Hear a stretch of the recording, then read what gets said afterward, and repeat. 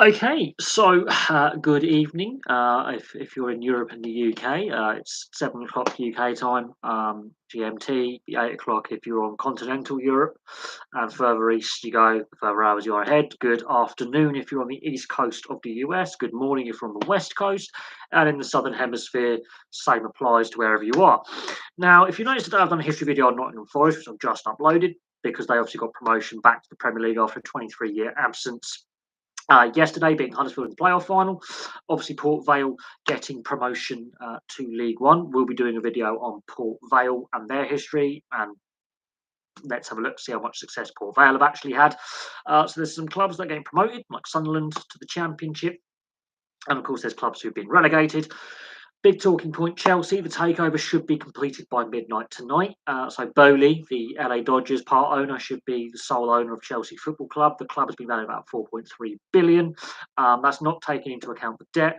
I think that's an overvaluation, personally myself.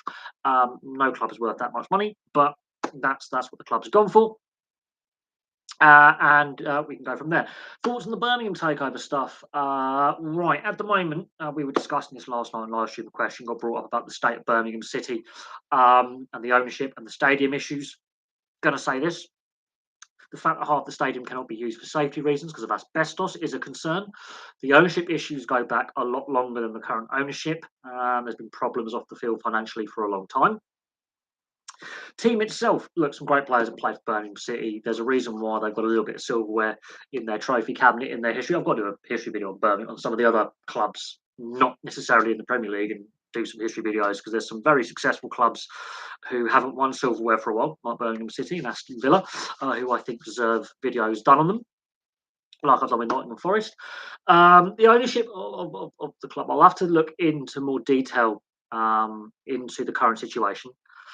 But the stadium situation is a big concern. And Jordan Smith is one of our, who's just popped into the chat, who is one of the moderators on the channel, is a Birmingham City fan, and a very passionate one. And yeah, there are concerns from, and what I gather on social media as well. And we're going back, I've done videos on Birmingham City on the channel before. There's a possibility they could be docked points in regards to their financial situation, much like Derby County and Reading were this season. They've been docked points in the past. The fact that half the stadium is at cannot be used, so they're at reduced capacity at the moment, is a shambles. That should not be the case. And I don't put too much stock in what the bookmakers are doing for relegation and promotion and champions. I mean, the bookmakers have got Man City winning the Champions League next season. They've never got, with the money they've had, they've never even won the UEFA Cup, Europa League. So just because they dominate the domestic leagues and cups doesn't, and they can't even do that in the FA Cup. They've never won a European trophy under the current ownership. Do not believe what the bookmakers are saying. Oh, look, my love for football's gone down the drain somewhat since the Venkies took over Blackburn over a decade ago. I understand the frustration of Birmingham City fans. I do. Look, we've been in League One for a season, which should never have happened. So my faith in the sports governing body, I think, is more being tested than club owners. That's my personal opinion on that. My thoughts on Lee Bowyer as a player: he was a thug. As a manager, he's a thug. I'm not a fan of Lee Bowyer at all. I remember when he was playing for Leeds United, when he stamped on an opposition player's head when the opposition player was on the ground, stamped on his eye area in a semi-final. I think that was in 2002. I think it was a Champions League semi-final or quarter-final. He stamped on a player's head. I remember his bust up Kieran Dyer, quite famously, when he was Charlton manager. Some of the scenes with when he was Charlton manager. I'm not a fan of Lee Bowyer. Some of his off-field antics that got him in trouble. Some of the dressing room antics that got him in trouble. He's been internally suspended by clubs he's played for. He's had a lot of suspension as a player. He's a bit like Joey Barton. You want that kind of thuggishness in your team, ironically, but at the same time, it there's a point. It is a bit of a shambles when it comes to Birmingham City. There's a lot of other clubs that are in a similar situation. And just my mum's just sent me a text. But yeah, I feel sorry for the players who are signing for the club as well, with the negativity that's surrounding it. The uncertain. Same with Chelsea and Derby County. I know Chelsea have now sort of got their financial ownership sorted, but there's still uncertainty about, are they re-signing Azpilicueta? Will the new owner want to stick with Thomas Tuchel? Derby County are in a similar position to what Chelsea were, and uh, it's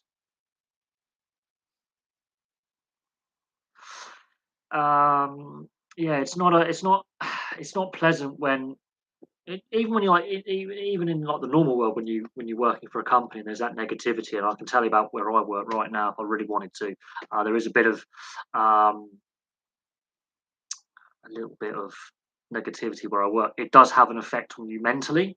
So this is where I feel for Man United players and those youth players coming through the Man United system right now, and those youth players coming through the Chelsea system right now, and those players that have been coming through the Derby system over the last couple of years. When you have that kind of toxic element in your club, especially with uncertain finances and ownership, it does have an impact.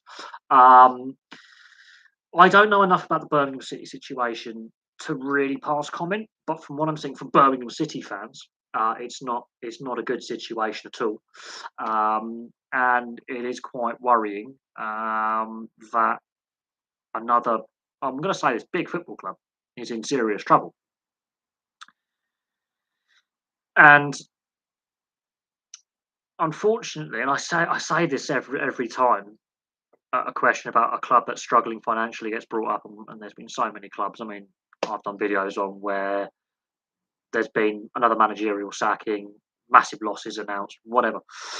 Doesn't matter if it's here or abroad. So we can look at Valencia, we can look at Barcelona, we can look at Real Madrid and their shocking finances. And these are big clubs as well that have played Champions League finals or won the bloody thing, a record number of times for Real Madrid, you know, massive amounts of silverware in league and cup, and how badly run financially they are. They elect club presidents. And so therefore the fans have a stake in their club and their club is still run badly. We can look at, Italian football clubs going out of business constantly in all the divisions, and reforming multiple times, like Parma, Livorno, I think Chievo Verona.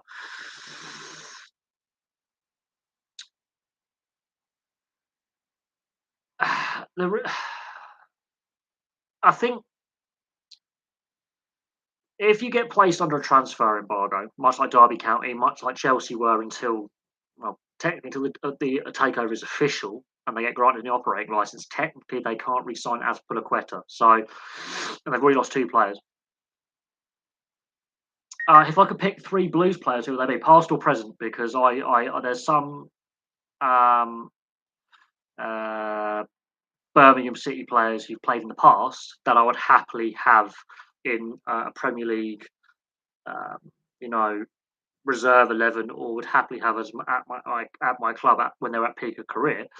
Right now, I wouldn't have any of the Birmingham players. Um, at the moment, if we're looking at the past, I would have Christophe Dugarry. Obviously, Robbie Savage played for Blackburn, and I'm a Blackburn fan, and I would have Stephen Carr actually. If I'm maybe Zigic. Um,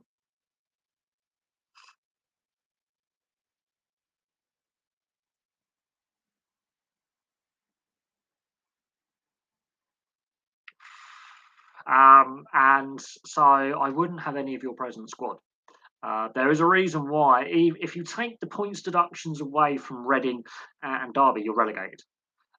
So yeah, I would have Christophe Dugarry, um, Tre- Trevor Francis. I mean, we're going back a long way with him, and I've just done an Nottingham Forest video, so that's going back quite a way, even before I was born. But I would have Christophe Dugarry. I would have Robbie Savage, but Robbie Savage actually played for Blackburn, so um, um, I've just got to send this text to me mum. I've not been feeling 100%. I mean, I'm on holiday. I've book some time off work, and I've been ill pretty much for 3 days. I've had a bit of I'm not 100%, so I'm not really with it. Do apologise. I'm trying my best with feeling a bit rough. Um, I've had a migraine all day, and I managed to get to the shops and back. Amazing. I felt all rough, I tell you. But health concerns aside, yeah, I would. At the moment, I just don't think this. I feel sorry for the players for signing there. I feel sorry for the players who are currently there under contract, and I can. It makes you feel, you know, uh, yeah, it is. I rate this channel. Most people would be hurt by the honesty. I love it. I can remember you talking about the Blues and Gary Monk. I think it was 2018. Actually, I did my first Birmingham City video. I think 2018 is when I did my first Birmingham City video. Um, you just type in Birmingham City in the search bar, and it will come up with videos I've done on Birmingham City. Um, the thing is, with Birmingham City, much like Derby County, and clubs in the Premier League and leagues below, like Southend have now fallen out of the Football League, but they've had money problems. Oldham Athletic, I think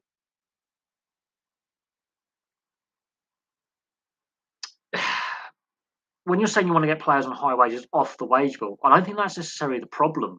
I think it is the ownership is the issue in the stadium situation. The squad you put together, their agents have argued for that deal. Their agents have gotten that deal. That's not the players' fault. That's the club being willing to go, you know what, we'll pay you this money. That's the power of agents. I don't blame the players for asking their representatives, or if they represent themselves, asking to get paid what they get paid. Because there's no upper wage cap anymore. And we can do the history of Jimmy Hill and him arguing to remove the upper wage cap after he left Coventry City as manager and became a pundit and worked with the PFA back in the 60s. There were some unintended consequences that we're feeling all these years later. I don't blame the players. I feel sorry for when I feel sorry for players when there's negativity about they're paid this much. As well, if you can get that deal signed, that's the fault of the club buckling to your demands rather than going, you know what, we just don't think this fits in with our income and expenditure. Because this is the problem with football. Because the financial rules are so weakly enforced or cherry picking clubs. So they're bullying Derby County at the moment. They're the club to hate in the lower divisions from the Football League and the FA's point of view. Chelsea were the club of okay, the ownership issue there, we'll sanction them because they're cherry picking clubs to investigate, like Man City with their financial fair play. You know, it leads to a situation like this where there are players on bad contracts. Now, yes, the players maybe aren't. Well, you got to think they're not happy, they're unsettled because of the speculation about the ownership, the financial situation, the half-empty stadium, which is not their fault. Again, that's on the ownership, past and present, and that doesn't. And some players are confidence players and are emotional players. So when they seem lazy or don't care, they're probably very unsettled with the situation with their employer. If you feel like it's a toxic environment, it does have an impact. But yeah, with the wages they're on, they should put a little bit more effort in. I understand that. But as I've gone on with time, I've become a little bit more balanced in my opinion of when things are going wrong at clubs. It doesn't matter what sport it is. Um, I'll be more concerned. Look, yes, some players do have bad attitudes. I've seen it so many times. I remember Roque Santa Cruz basically claiming he was injured with a calf injury for 6 months, and then he was always injured with a calf injury on his second contract at Blackburn, and then we just got rid of him. Um, the thing is, the players have been sold the idea of we're going to battle for promotion, we're going to be a Premier League club within this time frame. It hasn't happened. Results have been poor. They are struggling. There's a half empty stadium because they can't use the full stadium capacity for safety reasons. There's a lot of negativity in the local and national press around the club's ownership, the direction the club's taking, the finances. A couple of years ago during COVID, the whole squad agreed to take a 50% wage cut for that season because the club was basically going to go bust in order to protect not only their jobs but the jobs of the non-playing staff, and they were the first club to do that. And I praised them for that at the time. I did. The fact that Liverpool and Spurs and Bournemouth, these bigger Premier League clubs who have bigger budgets, bigger incomes, were abusing the furlough scheme, and Birmingham City, in order to avoid going down that route, were like, you know what, we're going to do it this way. We're going to do this. Um, the players were all in agreement. Something has gone wrong there. I do feel sorry for Derby and Bolton fans and Bury fans for their club going out of business. And Macclesfield, Robbie Savage is now resurrected Macclesfield. I think he's mental, but at the same time, a lot of people criticise Robbie Savage. He's actually doing a good thing. He's working with the community to save that club from complete extinction. He's bought the rights to the name, bought the rights to the stadium. The club have reformed. Um, they could technically be remitted back to the Football League after 2 seasons. Same with Bury, in theory. That's the minimum ruling. But the Bury situation was avoidable. And the Football League, the only reason why the Football League allowed Bury to go bust is because they hadn't played a competitive game. If they had played a competitive game, they suddenly find a solution. Like they had with Derby and Bolton, they found solutions to keep them going for at least that season with their operating license. Bury, it was, they haven't played a game yet, so actually it doesn't impact the league, the final league table. But this is when Accrington Stanley's owner came out at the time. And he said, the fact that Bury have gone out of business has cost us £250,000 in lost revenue just on the league games. That's not including playing them in the League Cup and FA Cup. Should that have happened, in theory, minimum, that's £250,000 they've lost. And Accrington Stanley are on the smallest budget in the Football League for that season back in 2019, 2020. If the owner of Accrington Stanley's gone, well, that's just cost us £250,000 revenue, home and away. That is ridiculous. That should not be happening. That is a disgrace on the Football League's part that they have now, bearing in mind, Accrington Stanley have forecasted for that revenue and gate attendance because technically they're local rivals. If Bury in Greater Manchester, Accrington in South Lancashire, technically they are local rivals. That would have been a sellout game for a club of Accrington's size. For a local rival to go bust is a big hit financially for them. Derby and Bolton have been made an example out of. I see them as thank God it's not us. I like Derby. That's if Derby survived the off season. When Wayne Rooney gets a lot of criticism, and obviously his the libel trial between his wife and Jamie Vardy's wife is obviously going on. His personal life has been all over the press and all that. But I think Wayne Rooney's done a very good job at Derby County. His win percentage is higher this season, just finished, than the season before when he took over. So he's actually got a higher win percentage. Bear that in mind with the points deduction. So actually, Derby County under him got better in worse circumstances. So bear that in mind. Their league finishing position would have been higher. Savage by name, savage by nature. Yes, Robbie Savage. But I remember him famously getting headbutted by Dion Dublin in a Villa Birmingham. I think it was either Villa Leicester or Villa Birmingham derby match. Dion Dublin headbutted him. I remember that one. They're great friends now, by the way. If I could give you 3 realistic managers, Aidy Boothroyd. I know he's available. Nigel Atkins, because I know he's available. I'm actually running I'm running a little bit thin on the ground here because.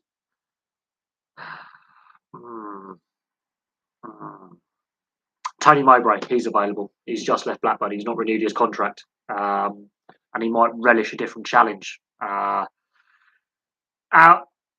in mind, Tony Mowbray coached, gave stability to my club over a 5-year period. We started off in League One when he was appointed, and this year we faded out of playoff contention, but we were in the top 2, top 3 for the majority of the season till the last 2.5 months, and then we fell through the playoff places. But Tony Mowbray overachieved with Blackburn, I feel. I think he'll be a very good fit. But it depends if he wants to take an extended break out of the game. I wouldn't have Di Canio.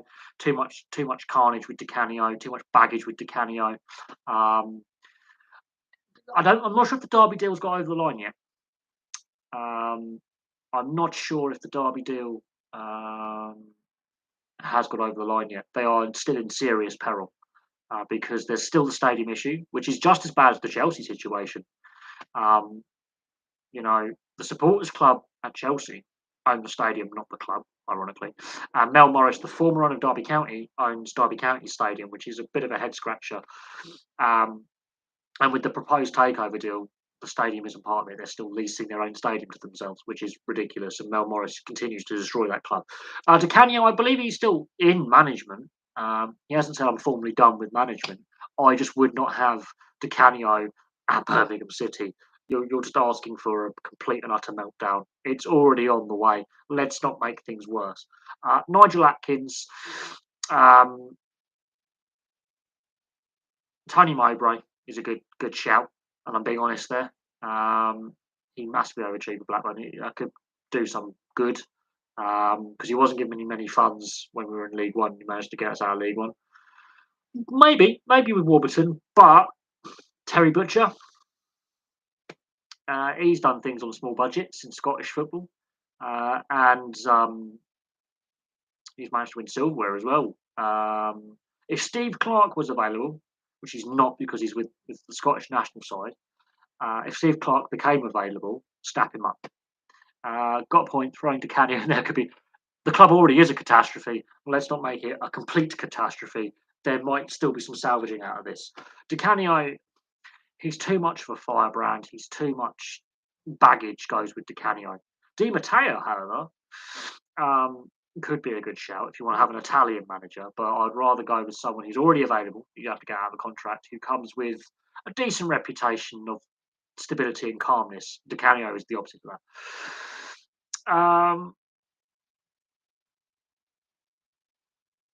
What worries you is the unknown. Look, you're not in League One yet.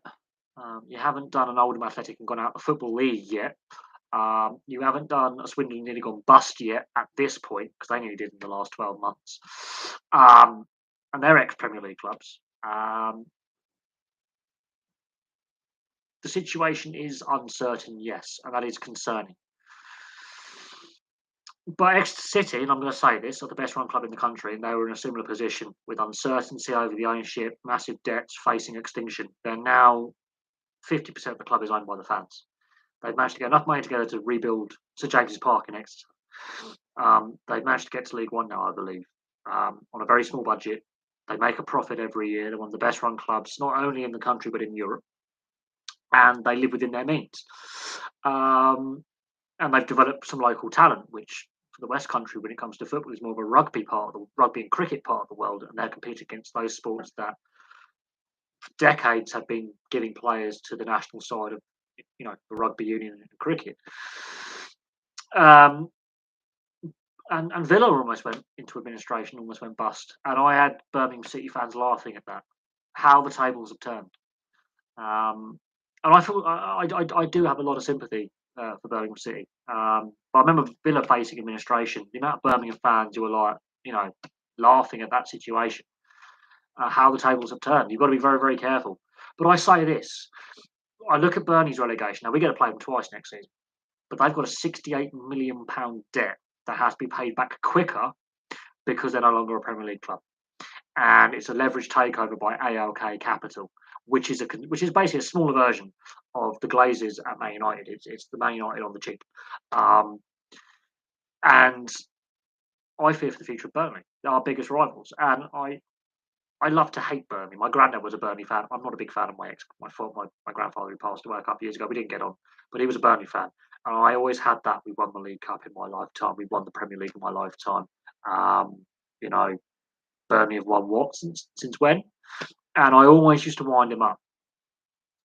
But now I miss that aggravation a little bit, and I would be deeply concerned. I mean, I did my video on Burnley. I said, look, and I've stated this: the rivalries in the game at whatever level, it doesn't matter if it's Accrington Bury basically back in the day, which is Exeter Yeovil, which doesn't happen anymore because Yeovil are in the non-league at the moment, which is now Exeter Plymouth is the big rivalry in Devon, but the Bristol Rovers Bristol City. It doesn't matter if your biggest rivals are in the league below or the league above, but if they were to go out of business, that ultimately impacts your club because it's like saying if Everton were to actually get relegated, that those two games, the Merseyside derby, ironically, people disagree and say that United, Liverpool, City, Liverpool is the biggest match at the moment. No. The games they sell out as soon as the fixture list is announced when it comes to league games and when it comes to cup games as well, is the rivalry between Anfield and Goodison.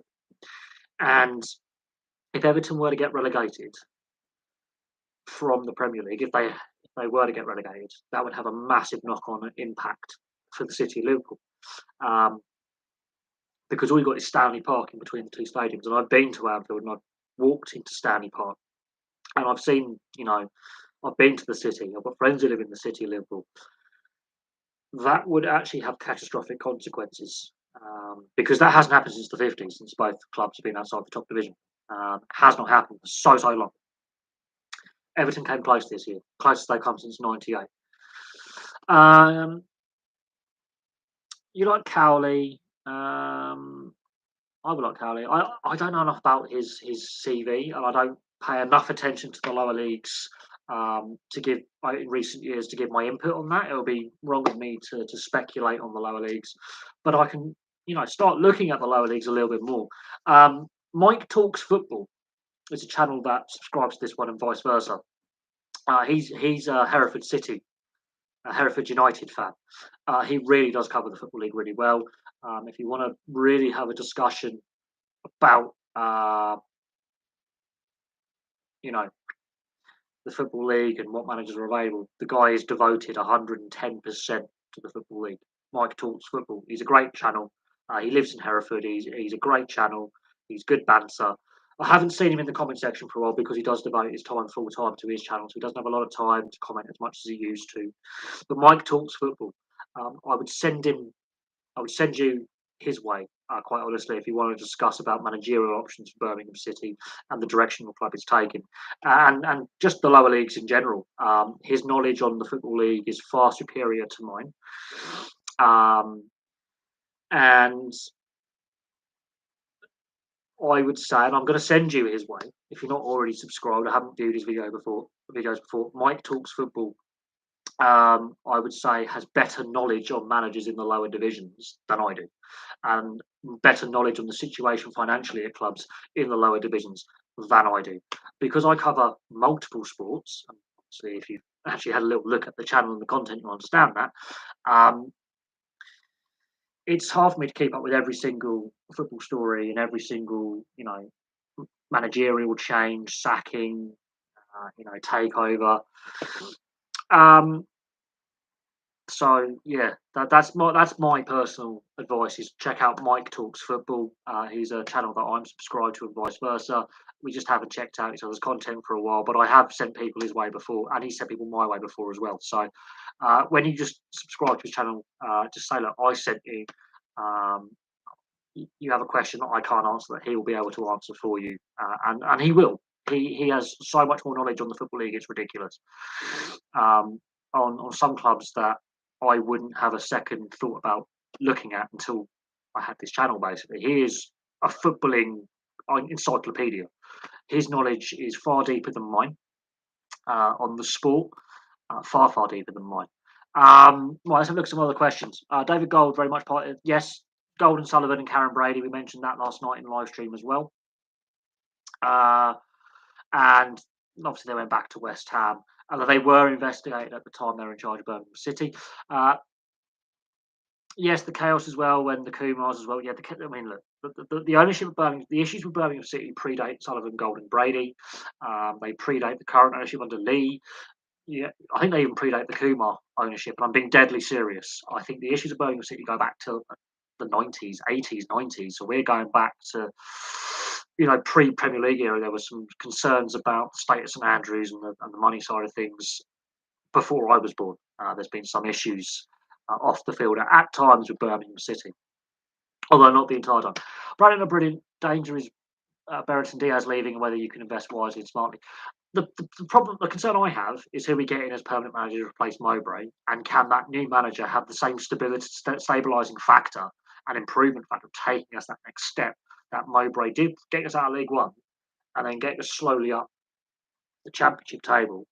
I think we overachieved at points this season. I think where we finished is a fair reflection of where the club is at right now. I think Mowbray took the club as far as he could. But I think the next manager who comes in just get us into the playoffs. Whether we make the playoff final or get promoted or not, I would be happy with being a playoff team, and we were that close. And yeah, Brentford had so many attempts at playoff finals, then they finally do it 2 seasons ago, and they haven't looked back and had a solid first season in the Premier League. And I actually think Nottingham Forest, ironically, will be the promoted team that stays up next season. I have a feeling they'll be the promoted side that stays up next season. Maybe Bournemouth.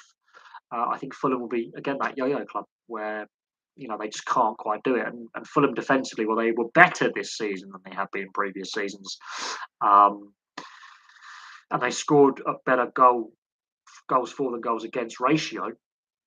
I can't see them staying up. The Fulham, for whatever reason, really struggle in the Premier League, and they shouldn't. But I can see that. Everton nearly get the worst season Everton had in the Premier League era was the 97-98 season. The 2003-2004 season was the second worst until this season. But the points totals they had by period in season, the 98 season was 97-98 season was the worst they'd been. That's when they were sponsored by 1-1, where they had that horrible sponsorship from the early days of mobile phone networks, 1-1. Which was a terrible network. And my mum had a phone with 1-1 for about 6 months, and then got so frustrated she lobbed it at the manager of 1-1, going, "Your phone is." Um, I can't see John Herdman leading the Canadian national side until after the World Cup.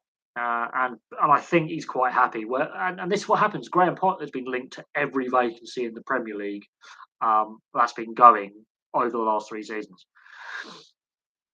I think he wants to see out the World Cup and do the next World Cup cycle in preparation for Canada co-hosting the 2026 World Cup with the US and Mexico. I can't see John Herdman leaving anytime soon. He's gotten to the World Cup. He seems happy and content. The players respond to him. And being an international manager is completely different to club management. Roberto Martinez is a prime example of that. Yes, he won the FA Cup with Wigan, but his teams defensively are shocking. Internationally, his teams defensively, the way they set up, are completely different. And international management is a complete difference to club management. Look at Gareth Southgate. Won nothing as a manager,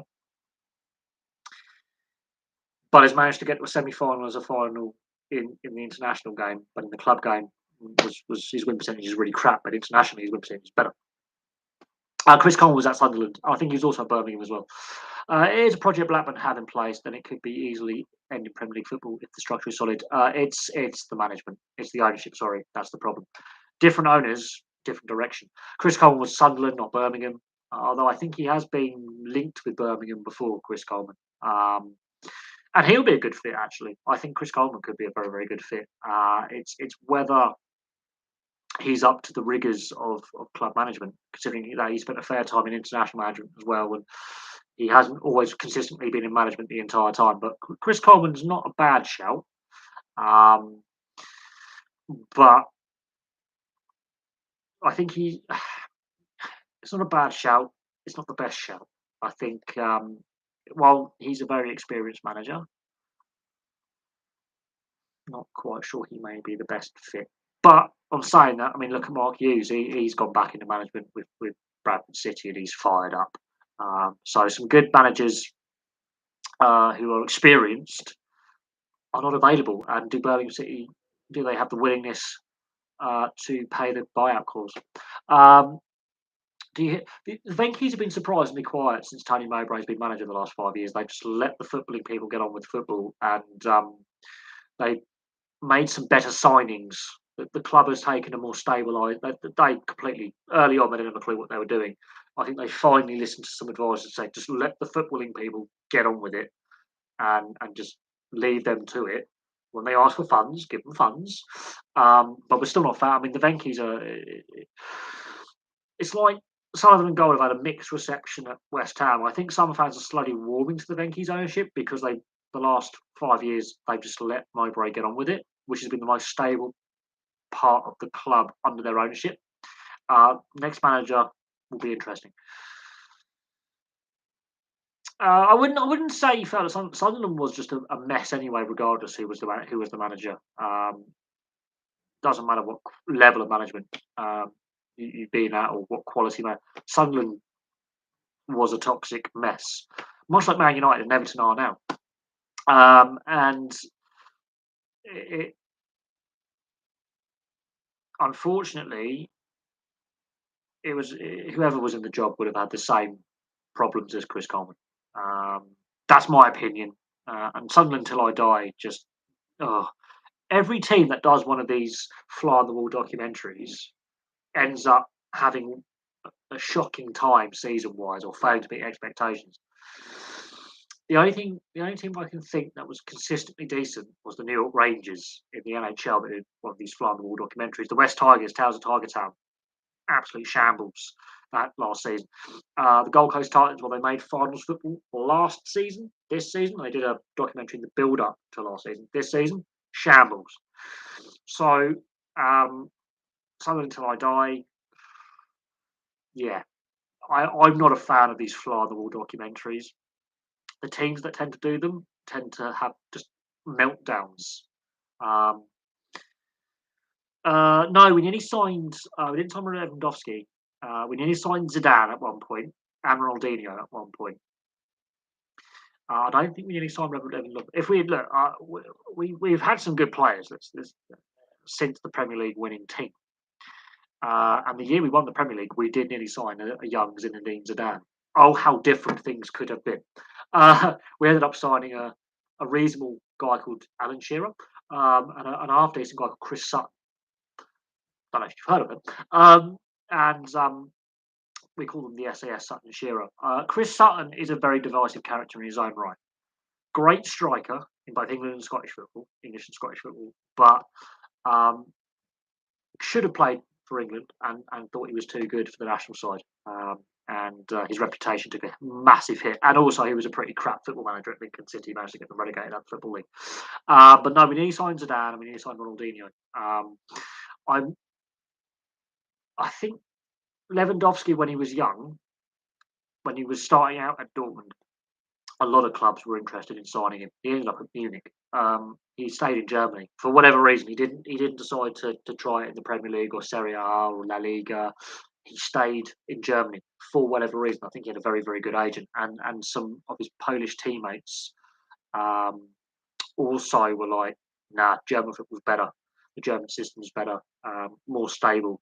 Please come play with us." Hence why he ended up at Dortmund, and then on to Bayern Munich. But that's the rumour mill. That is the rumour mill, and whether imagine if we had Lewandowski, would he have turned into the player he is now? Would he have suited the Premier League at that time in his career? That's the what if. There's a lot of hypotheticals, but I will say this: we've had some brilliant players play for us, and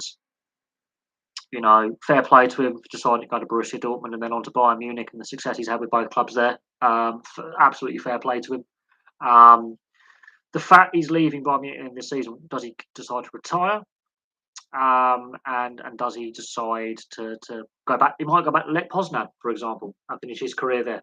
He might decide to go back to Poland and retire at Lech Poznan. A lot of players have gone back to the club, like Dirk Kuyt went back to. I think it was where did Dirk Kuyt? Was it Utrecht? He used to play at. I think Dirk Kuyt went back to Utrecht, where his career started, and retired there. I think Robin van Persie went back to Feyenoord to retire there. So some players go back to where it started, and David Bentley, he's an interesting one. He's one of the players who retired because there's too much money in football. He actually stated that when he decided to hang up his boots very, very young, he said, "Nah, there's too much money. I've lost my love for the game. Players are overpaid. I'm done." And he retired very, very young. He was good at Arsenal. He came through at Arsenal, was very good at Norwich, and very good for us, obviously. A little bit time about it. He was a very good player, very underrated player. And his reason, and he was very good at Tottenham as well. And then he decided just like that, I'm done. And he put it down to the amount of money in the game and how he felt that he lost his desire. And he was like, "There's too much money in the game. We're getting paid too much. I don't enjoy this anymore. This is not something I want to continue doing." I think if David Bentley was in charge of the PFA, he'll be telling players, "But we need to take pay cuts. We need a salary cap. Let's be a bit more, socially aware that it's a privilege or a right. David Bentley is a very intelligent guy, very good player. Joe Cole, oh god, that goal of the 2006 World Cup is one of the best goals in international football in the modern era. Um, just putting that out there. Benny McCarthy started out obviously South African, but he came to fame in the 98, 99, 99, 2000 period at Celta Vigo in Spanish football. And obviously then came to the attention of Blackburn a bit later on in his career, and obviously the highlights of his career are playing at Blackburn. But he came to prominence as a very young, raw talent at Celta Vigo. There you go.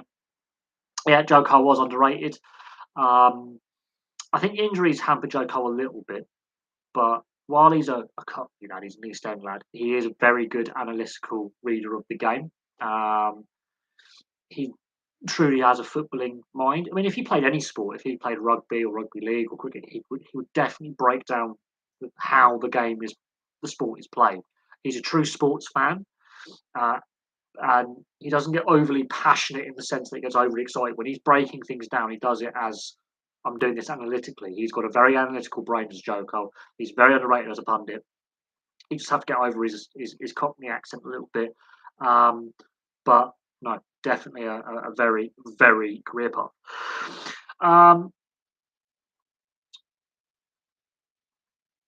Oh yeah, oh look, the League Cup, the season you got relegated after winning the League Cup. Yeah, good side, very good side. Put everything into that League Cup, and yeah, went down. And things I think were going wrong at Birmingham City before you win that League Cup. And you could see on the players' faces that they're going, right, we've won this, but we're not going to stay up. This is just a one-off game. The grind of the season, we haven't got whatever going on with the team to take it to that next level. But things were going wrong at Birmingham City long before that League Cup run, and I'm being fair there. And you had some great players play for you, and still things went wrong. Yeah, Dirk Kuyt did obviously go back to Utrecht after he left Liverpool. I froze. Oh, I've had a few issues with the weather and the internet because I'm using. Does that fit in? I'm using my little Wi-Fi dongle, and sometimes we've had some connectivity issues. Although it is saying I have full internet. Although I have just updated my Google Chrome, and every time I do an update on Google Chrome for the first couple of days, it's laggy as hell. I had issues this morning, and it took me about 25 minutes to actually get what I was doing up and running, and I was able to actually have a bite to eat, come back, go back to the kitchen and go, I'll get another bite to eat because I've quit smoking, so my appetite's gone through the roof. So yeah, there's been a few issues with lag, which is a bit. Tony Mowbray, he plays an attractive style of football, and obviously when he was Celtic manager, they were famed domestically at least for their high goals for and against. They were really a free flowing, expansive team. He has managed in the Premier League before and been sacked, but he does set his sides up to be open, fast-paced, and attractive, which I think has done us because we had some injuries and some suspensions, and not having that full squad depth. You cannot keep playing that way. I think his one weakness is defensively.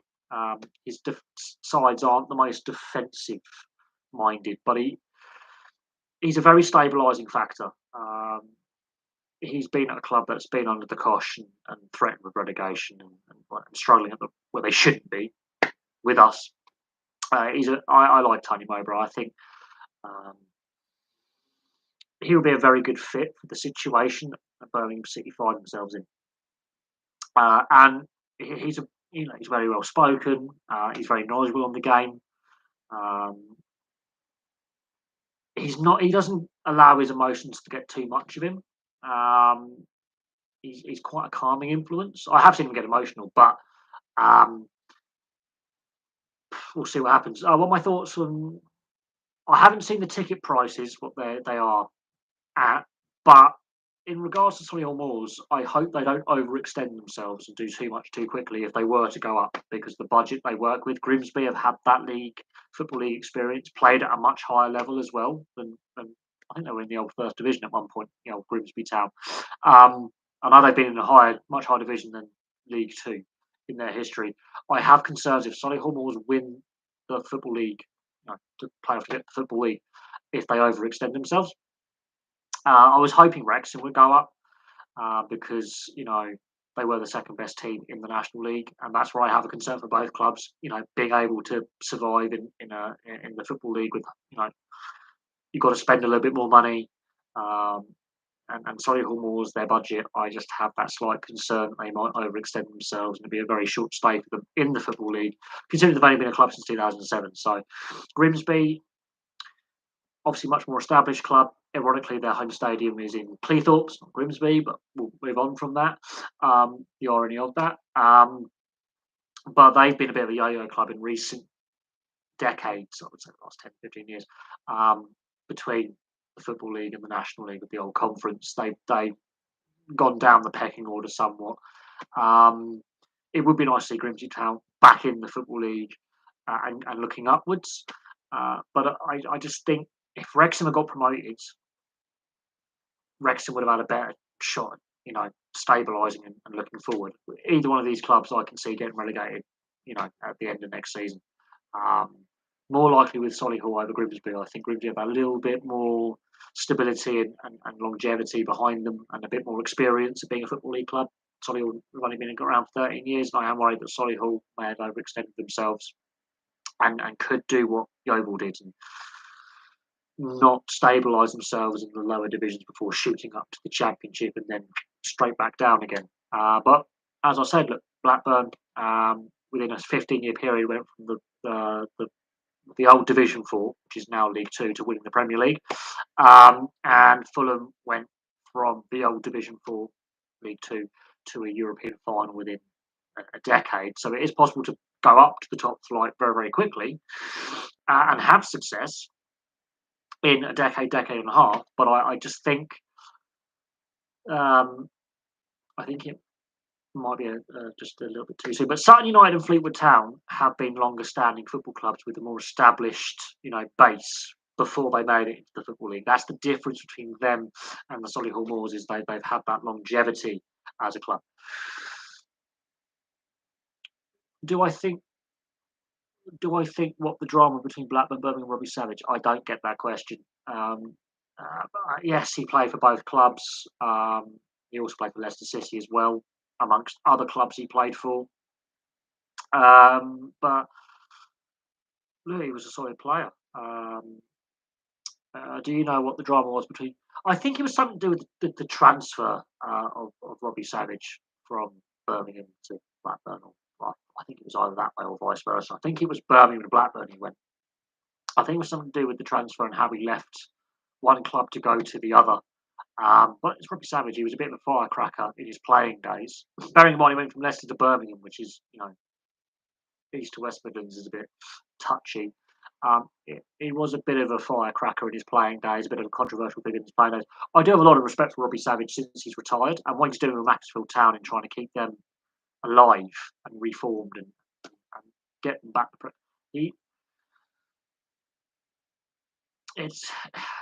I don't know the full ins and outs of that. I was a lot younger when obviously he made the transfer between the two clubs. I'll have to look into that and the controversy surrounding and the drama. But there was something to do with how he left one club to go to the other, and some comments in the media that he made, I believe. And he always got a hostile reception at the other club. That's what I remember. But he's fond remembered at Blackburn. I think it's the Birmingham City area. There's less fond memories of him. Do I think 3 or more clubs should go up into the Football League? I think it should be 3 down, 3 up. I think 3 clubs should get relegated from the Football League and 3 clubs should get promoted. That's my personal opinion on that. Rather than the 2 up, 2 down model that the Football League and the National League have. There's also an argument of the National League, top level of the National League, above leagues, National League South and North, to become League 3 or the 4th division and get those clubs into the Football League. because most of them are full time now. There's only a couple as of last season just finished that were part time, semi pro. So we shall see on that one. Again, the Football League, the 72 clubs in the Football League as of this season, for example, going forward, would have to have a vote on expanding the Football League. And every time the Football League has expanded, the clubs have either applied to enter or they've absorbed a rival league like the Football Alliance back in 1892. And Nottingham Forest, as I said in the history video, famously applied in 1888 and they got their application rejected. So I think we shall see what happens in that regard. And the Football League will have to ratify it. And the FA would also have to have some kind of involvement, as they are the overriding governors of the game. And there would have to be, I think, 2/3 majority on expanding the league, and also change the playoff structure as well. That also has to go through the Football League, and whether clubs are in favour or against. I would happen to think probably the League Two clubs would probably vote against 3 down. However, the rest of the Football League clubs would probably vote in favour of 3 up. So that'd be that 2/3 majority you need. And if they were to expand the Football League to include what is now the National League, to make it like League 3 or keep it called the National League, but in the Football League structure, again, there would have to be an extraordinary general meeting of the club chairman and the clubs, and the PFA would have to be involved as well. So, in regards to should there be promotion and relegation changes, and maybe expanding the Football League, which actually increases the amount of players that join the PFA, so the players will be in favour of it, and the clubs might go, actually, we we can renegotiate the TV deal, we get a bigger TV deal for the Football League. So there's various reasons to discuss expanding the promotion and relegation and expanding the Football League. I'll have to do a history video on the Football League, the times it's expanded, from inception all the way through to present day. So that might be my next history video. Will be a video on the history of the Football League, or the English Football League, the EFL. Yes, there are reports that Duncan Ferguson is in talks about being the next Blackburn manager. We'll see if that comes to pass. I think he's better as an assistant, personally, and in the youth side, much like David Unsworth was at Everton as well, an assistant youth coach, permanent. But he's got to cut his teeth somewhere. What are the Venky's like as owners? Chaotic, I think, is the best way to describe the Venky's ownership of Blackburn from the day they took over till now. Although in recent seasons, as I say, they've been a bit in the background, and Tony Mowbray has been nice and stable. But the first half of their ownership was shambolic, is the best way to describe the Venky's, with some of the decisions they took really make some of the bad owners in the Football League look pleasant by comparison, although they have sort of learned their lessons and now just let the Football League people do the Football League stuff and just put a bit of money into the club. But the debt the club has had, mostly in the first half of their ownership, is bad. So there are some debt concerns that we have. I've not really heard any rumours about Swindon Town. As I say, there's a lot of clubs without managers at the moment in the various leagues, and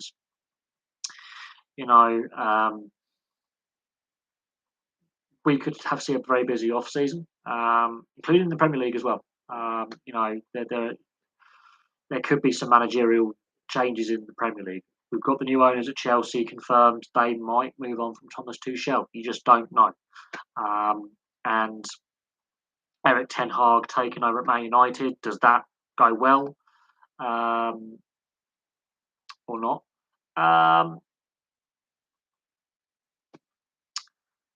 Personally, think it should be 2 up in the playoff, automatically, and 3 and a third via the playoffs. So 3 up, 3 down. Only 4 clubs in the playoffs. In fact, 8th place got is lunacy. Well, that's the system that's currently in place with certain leagues. You can agree or disagree with it as much as you want. With the current, but the Scottish system is even more chaotic, and the French promotion relegate and the German system as well is just as chaotic with the playoff with one team. With every league has a playoff relegation promotion kind of structure in Europe. Some of them are more chaotic than others. The Scottish one, the German, and the French ones really get confusing and chaotic and mental. Why did Rovers get relegated? Simply because that period of ownership under the Venkies was so chaotic, so bad, so bad. We had more managers in one season than Chelsea had in three. I think we went through five managers in the season, five managerial changes in one bloody season. There was one point when Steve Keane, the season before we got relegated from the Premier League, had more points on his driving licence than we had in the league. That's how bad it got. Yes, the Oyston family were terrible at Blackpool. Again, the directors' test. I always go back to this: the directors' fit and proper persons test, however you want to name it. Like the Football League and the Premier League and the FA have in place is a joke, because how did the Venkies get a take over Blackburn? How did Mike Ashley get a take over Newcastle? The list goes on. How many of the Scottish divisions? I think it's the top two. I think it's the Premiership and the Championship in Scotland. I think after that becomes semi-professional, just because there isn't the money in the game. I think it's the top two in the Scottish system, although there are some professional clubs in the third and fourth tiers at various points. But so there we go. At least Rovers and Blackpool have a face. We barely know who our owners are. Again, that's the problem with the ownership at Birmingham over many years. The ownership situation at Birmingham and the money side has been shocking. I have to admit the Blackpool fans, while they are a league rival of ours, they are colourful, they are passionate, and they are one of the biggest movements behind the protests against the Football League and the failure of the directors' tests. And, because of the Blackpool Oyston battle, the fans versus the Oystons, other clubs in the Football League and the Premier League have signed up to this protest movement where outside Football League headquarters, there's weekly protests, and there'll be members from every single Football League and Premier League club going there to protest against the mismanagement of the game and the failures that the Football League and the Premier League have had, because even Portsmouth, and the disaster that has been. I actually have to credit the Blackpool fans with being a driving force behind, holding the Football League to account, and the FA and the Premier League. The protests are small, but they're passionate. How was Ken Anderson buying Bolton? The Oystons getting control of Blackpool. Again, the director's test fails, and it has been failing for a long time. My thoughts on the St Etienne relegation. Well, clearly the club hasn't been good enough. First up, but they are equal alongside PSG as the most successful club in the French league, as in winning the French title. But they actually have more trophies than PSG. Just putting that out there. One of the most successful clubs in France. But if you look at the footage, one of their stands is empty. Either they're rebuilding it or there's a partial stadium closure. But Nantes versus Nice in the first week of the season had similar scenes with some really violent scenes. So when our media are slagging off our fans for the pitch invasions in recent weeks, and the disorder we've seen this season with fans getting the pitch over, the Leicester Nottingham FA Cup tie with a couple of fans get on the field, some of the distasteful scenes we've seen this season. French football's been at it for a couple of years with this kind of disorder, and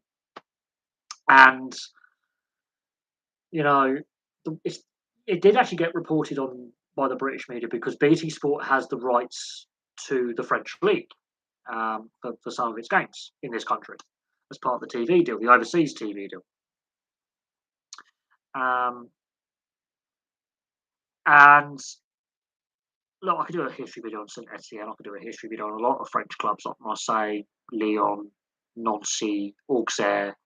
A lot of French clubs have actually won the French top division title in its history, more so than any other league. They are, ironically, the French league is actually more competitive for titles spread out. I think 20 odd clubs have won the French title since the war or something. So it's ironically a very competitive league until PSG and their money.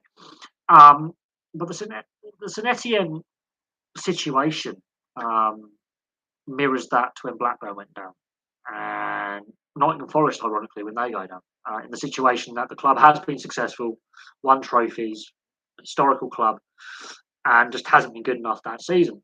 However, the difference between Forest, Coventry, and Blackburn, and some of the other historical clubs that have, been relegated, is that the violence afterwards. And we saw that at Oldham as well when they went down this season, that the fans got on the pitch and had a protest against the owners. Non-violent protest. I will stress that. They delayed the ending of the game, but it was non-violent. St Etienne, they were trying to murder their players. And I'm not joking. You see when the away team get the result and Auxerre go up, straight away their players are fleeing the pitch. The St Etienne players are trying to get out of there. The St Etienne fans and the ultras, the hooligan element, are trying to murder their players and the opposition. The players were injured. So we've gone a step above anything we've seen in the English game this season. And with the Celtic celebrations, some fans got on the field of play and tried to accost players and but in British football, the French league has been nothing but violence this season.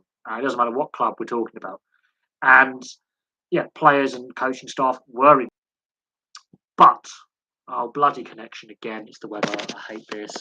Work. You've got full signal. Thank you.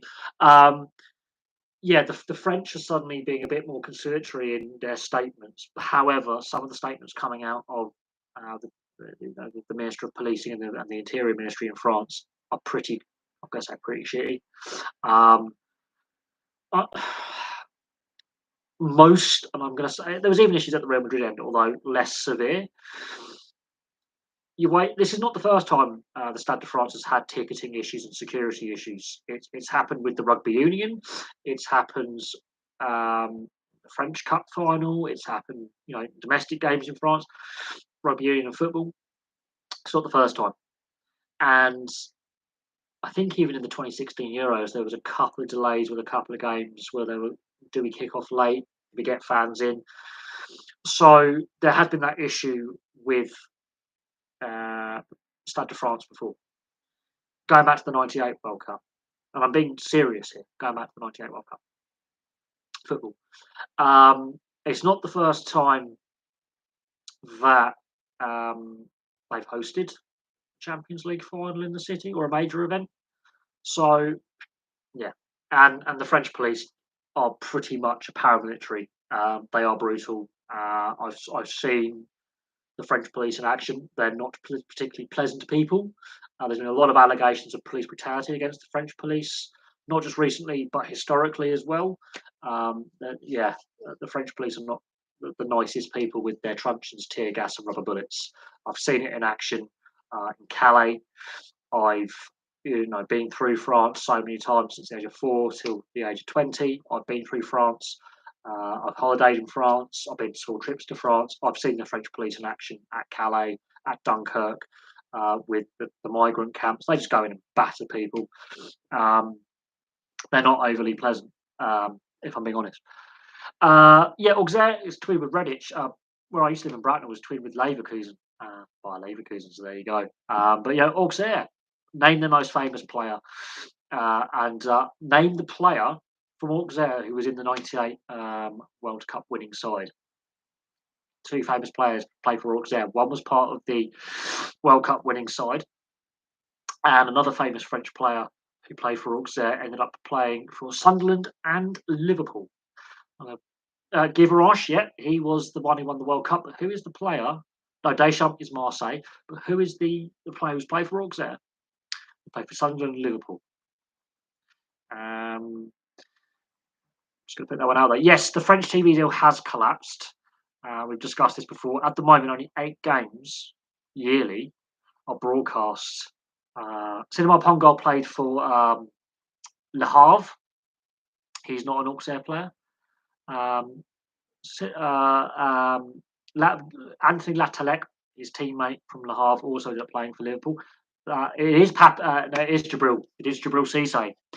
Yes, Jabril Cisse, the leg breaker. His own legs, not anyone else's. Um, Jabril Cisse, there you go. Yeah. No, Saint Etienne, amongst a lot of other clubs, apart from PSG and Monaco, because Monaco's well backed, have struggled financially because of COVID and the TV deal collapse. Um, I think 8 games are shown on Amazon Prime and 2 games are shown on Canal Plus. TF, the TF network, which is their version of BBC, stepped in at a short term basis to just get them over the line at the end of the 2019-2020 season and for the season before this one. And then they were like, no, um, we're not going to do that. Bernard Diomede wasn't actually part of the 98 winning side squad. He was part of the warm up squad and the qualification squad for Euro 2000, even though they just automatically qualified for Euro 2000 because of virtual, whatever. And was also part of the 2002 World Cup squad, but didn't actually play any games. There you go. Yes, the TV deal collapse and COVID has massively hammered most of French football apart from Monaco, Lille, and PSG, obviously, because PSG don't give a toss about financial fair play. And the other 19 clubs at the start of this season were like, we might want to have, spending cap, salary cap. We just cannot sustain this level of spending. It's not sustainable. We don't have a TV deal. PSG were like, we're going to spend what we want. We're going to sign Messi. And they're like, yeah, no, we cannot compete. The league is losing too much money. And it is. The French league is hemorrhaging cash. The TV deal overseas is not great either. But the domestic TV deal, 10 games shown on TV or Amazon. That's it. 10 games domestically from their domestic league. That's like, what, one every 3 to 4 weeks? It's a similar league season to the English league season, so once every 4 weeks, a game's on in theory. I don't know when the French try and negotiate their next TV deal. Canal Plus do not have the money for a massive TV deal, and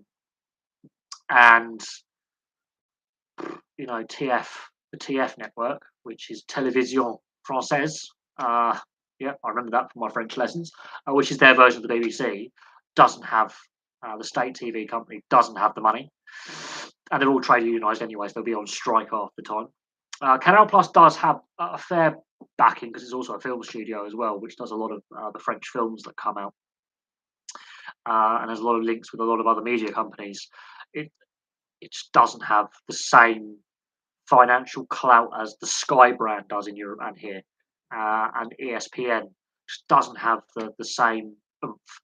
Eurosport maybe might try and buy the rights to some games, but I don't know when the next TV deal is due for negotiation. It's got to be better than what they have now, obviously. The overseas TV deal isn't great either, if I'm honest. And I looked at the overseas TV deal, and it's not amazing. There are some broadcasters there I've never even heard of in Europe, and it doesn't have the same appeal to the North American market, which is crucial, absolutely crucial. The biggest free-to-air TV in France, I think, is Canal Plus and TF, Télévision Française. They're the two biggest domestic, like free-to-air broadcasters that I know of, and that's just from me remembering my French lessons from all those years ago at school.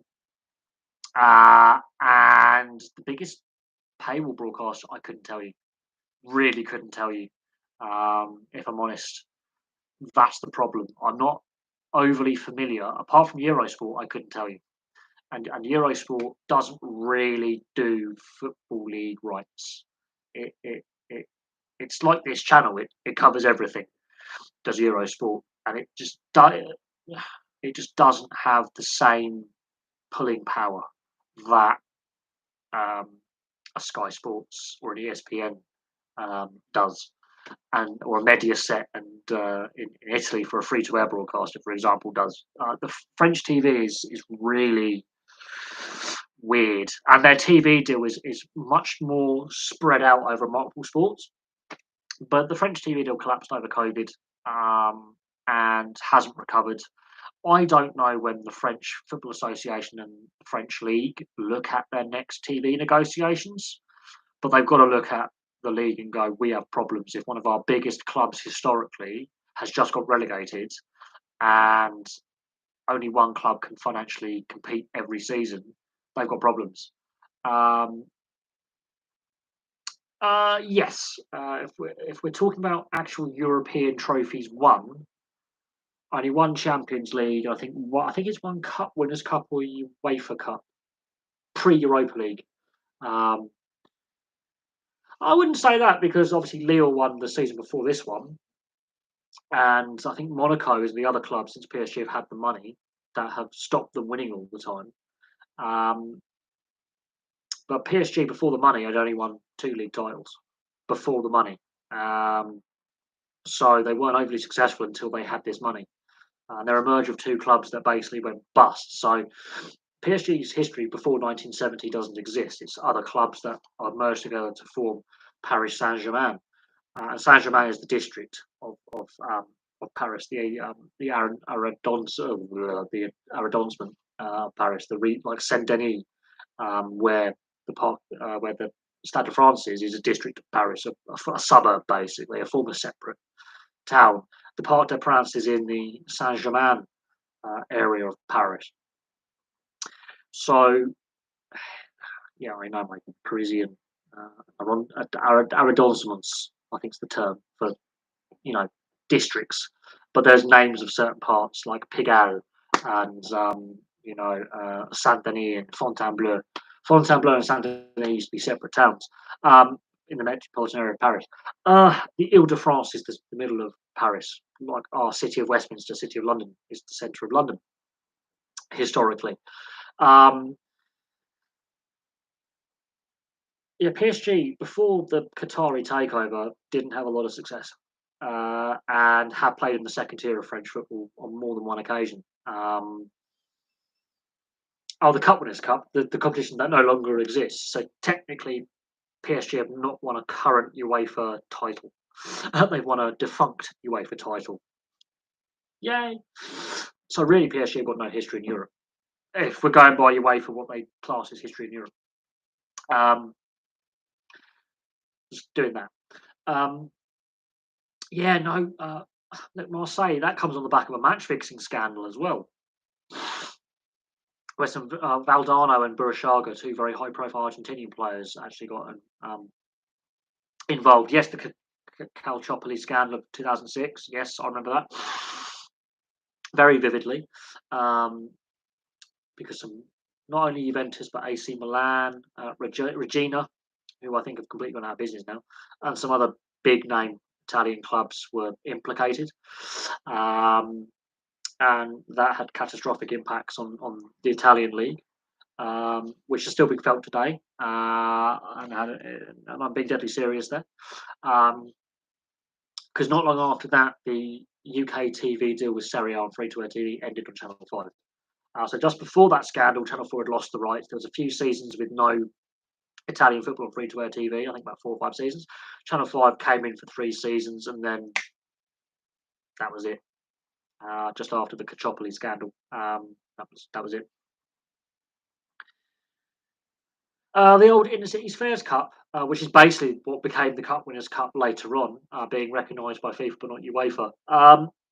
It's because it doesn't exist anymore. It merged into the Cup Winners' Cup later on, which has now ceased to exist as of 1999 under the 1997 changes to the Champions League. It basically said that we're not doing this anymore, which I think was a mistake, because that was a brilliant. The Cup Winners' Cup was a brilliant tournament back in the day, and English clubs and French clubs and other clubs have some great history. There were some great European nights that you just wouldn't expect in that competition.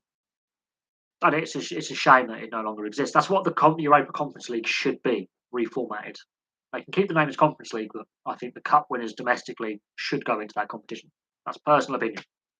All the runners-up in the cup competitions should domestically, if the cup winners also win the league or another trophy, should go into that competition. Although Liverpool technically would hypothetically be in the Cup Winners' Cup for next season because they won the FA Cup and the League Cup. And Chelsea were the runners-up. So, had Liverpool won the league, then I think Chelsea should be the team entered for the Cup Winners' Cup. That's how I think it should work. I think the Europa League should be. I think this is how I think it should work. The Champions League should be for the league champions of each European league. The Europa League should be for the runners-up of the domestic league competitions. And the Conference League should be for the domestic cup winners, and all runners-up should they already be in another European competition. And you would suddenly see teams take the domestic cups more seriously, because there's been a lot of criticism about the League Cup and the quality that we see on display. The FA Cup, I think teams like Arsenal being half-arsed against Nottingham Forest this season wouldn't happen, because if you're having a bad season, that's your gateway to Europe. As Leicester proved last year, they took the FA Cup seriously. They win silverware again. They had a very good season as well this season. Okay, they felt the effects of that long, drawn-out European campaign, but they got to a European semi-final this year. Well, the year after they win the Premier League, they get to a European quarter-final. So, that tested their squad depth, but they gave it a go. How long did they show Serie A? I think it was 1990 to 2002 on Channel 4, and then it was, I think, 2007 to 2009 on Channel 5, if I'm not mistaken. So 15 years in total over 2 TV deals.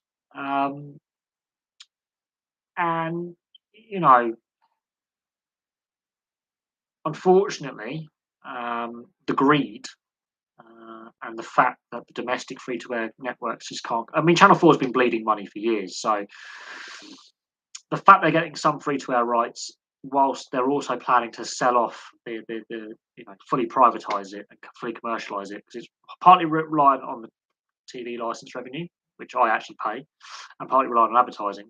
So it's a weird channel in that sense. It's partly publicly funded.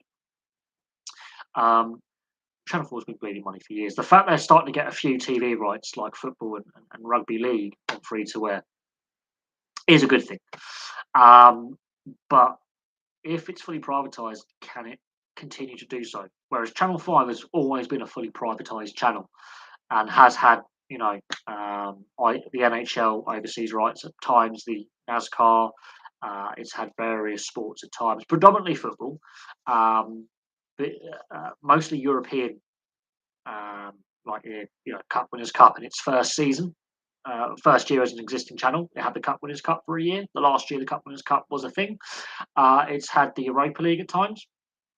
The old UEFA Cup has been on Channel 5 alongside ITV and Sky, and it's had what else? It's had the Italian football, and again, because of its limited financial reach that it has, it can't compete with the likes of Sky BT, although we are starting to see a change, and we are starting to see that pushback.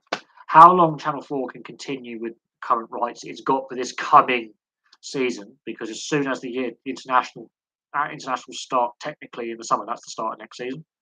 So when the Nations League games and the friendlies and the playoffs, technically, it's the off season, but it's technically the start of next season. So the transfer window is open. Players can move. The Wales game is going to be on free to air. I think one of the Scotland games could be on free to air as well, with their battle for qualification. There's been a big drive to get them on free to air TV and get them off a paywall. And guess what? It's happened. So we are starting to see that shift back towards more free to air coverage. And I think there's a bigger demand for it now. And the pressure is growing for more sporting rights to become free to air on BBC, ITV, Channel 4, Channel 5, etc. And make them more accessible online as well. We are starting to see that pushback. But how long Channel 4 can continue with the new rights they've recently acquired, with the potential ownership changes and funding changes, we'll wait and see. But I believe Regina actually went bust and had to reform. but they've never fully recovered from the Calciopoli scandal. It took AC Milan and Juventus a good decade to fully, get back to where they are now. A decade plus. The MLS, I haven't watched any of it this season. I'm not going to lie, I'm being fair in that assessment. But when I have seen it in recent years, I've been quite entertained by the product. It's a very open league in the sense that the style of play is very open, very end to end. Yes, there's a lot of mistakes in the game. It's not as the European standard of professionalism, but it's fun to watch. I actually like watching that slightly lower level quality for entertainment value because there are a lot of mistakes. It is a very open style of play. It's like going back in time. It's actually refreshing. The players aren't overcoached like they are in Europe. I think we overcoach in Europe. I think we overcoach players too much that the flair and the expression is coached out of them.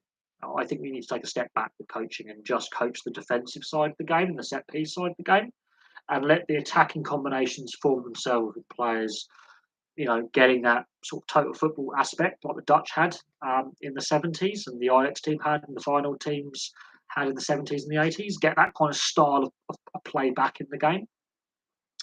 I'm overly critical of non-set play, you know, rigid formations and stifling creative talent. But the MLS is that little bit less high quality, but is that little bit more entertaining because it is so end to end and open.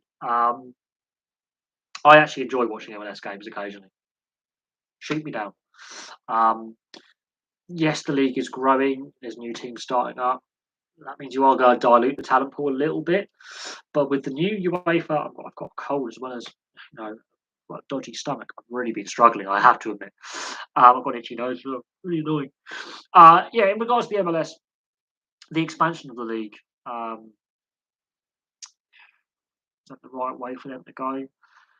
Um, but at the same time, with a lot of players being off contract at the end of this season, and players like Lewandowski being off contract, could Lewandowski end up going to the MLS for the season and a half? It's possible for one last payday. He might go back to Poznan. I think that's more likely. But there are some key moments with the MLS that are very key to the direction the league has taken in its history. Formation. So the World Cup in '94, first season in '96, the struggles, David Beckham joining LA Galaxy, suddenly the surge in popularity of the league, and the US team doing regionally World Cups from 2002 till about 2014. Then the failure to qualify in 2018, and then the Ibrahimovic era. David Beckham, other European-based players coming over from Europe and South America, doing rather well. The failure to qualify for 2018 World Cup, the Ibrahimovic period, and the last, and the expansion era, so it keeps expanding. That's my view on the MLS. I've got another video on the history of the MLS, from formation till now. A revised history of the MLS. My thoughts on Jonathan Ray. He's the new Carl Fogarty and he's the new Valentino Rossi for his discipline in motorcycle racing. I want to see someone else win the World Superbike title. Alvaro Bautista's come close. How Jonathan Ray hasn't actually got a nomination for Sports Personality of the Year. I mean, James Toseland didn't. He only won 2 World Superbike titles, and he was in the nominations at the final one. So he doesn't get the credit he deserves. But it would be nice to see him maybe take that step up to MotoGP and see how he does there, or see him on the Isle of Man TT. Take him out of his comfort zone. I think he's got that point now where he's so dominant in his specific field, in motorsport. Take him out of his comfort zone. I want to see him in MotoGP. I want to see him do the Isle of Man TT, and then we'll see how good he really is. Because Alvaro Bautista has won races in MotoGP, has gone down to superbikes, which I think is just that little bit, superbikes, MotoGP. The bikes are different. You've got the hybrid prototype kind of, concept bikes in MotoGP, the prototypes as they're called. And then superbikes, the big class is a superbike. It's got to have a road legal equivalent based off that superbike. So the BMWs, the Quackers, he's on an H2. You can buy a road legal H2. The Ducati Panigales, you can buy a Panigale.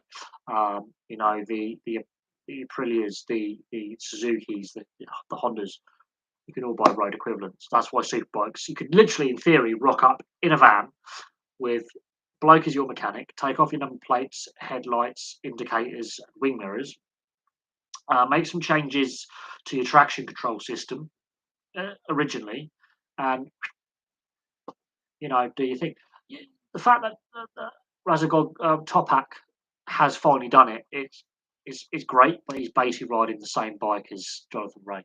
He's riding a Quacker. Alvaro Bautista, I think, is possibly like the Pierre Francesco Keeley of superbikes. He can win races, but he will always be the runner-up. And I think Jonathan Ray, he is the most dominant superbike rider of the modern era. He is the new Carl Fogarty. He is, the new Max Biaggi, Ruben Zaus, kind of winning multiple titles. It is nice to see someone else win a title. Toprak needs to win another title to cement himself as, not only a good rider but a class rider. It'll also be nice to see these guys shake the challenge of the prototype, bikes in MotoGP and give MotoGP a go, because a lot of the MotoGP riders practice their starts on superbikes when they're practicing their starts. Grand Prix racing is different to superbikes. Superbikes and super stock has to have a road legal equivalent. MotoGP is prototype, where you see things on MotoGP bikes that eventually get put on the road bikes and superbikes 5-10 years later with the tech. So it would be nice to see Jonathan Ray give MotoGP and the Isle of Man TT a go, because road racing is a complete different beast to circuit racing. Valentino Rossi went to watch the TT about 5-6 years ago, and he went, "Fuck that, you're mental, I'm not doing it." He actually said to Guy Martin, "You guys are bloody insane, I'm not doing it." And Valentino Rossi is giving GT car racing, endurance racing a go. And he's half decent, he's not bad.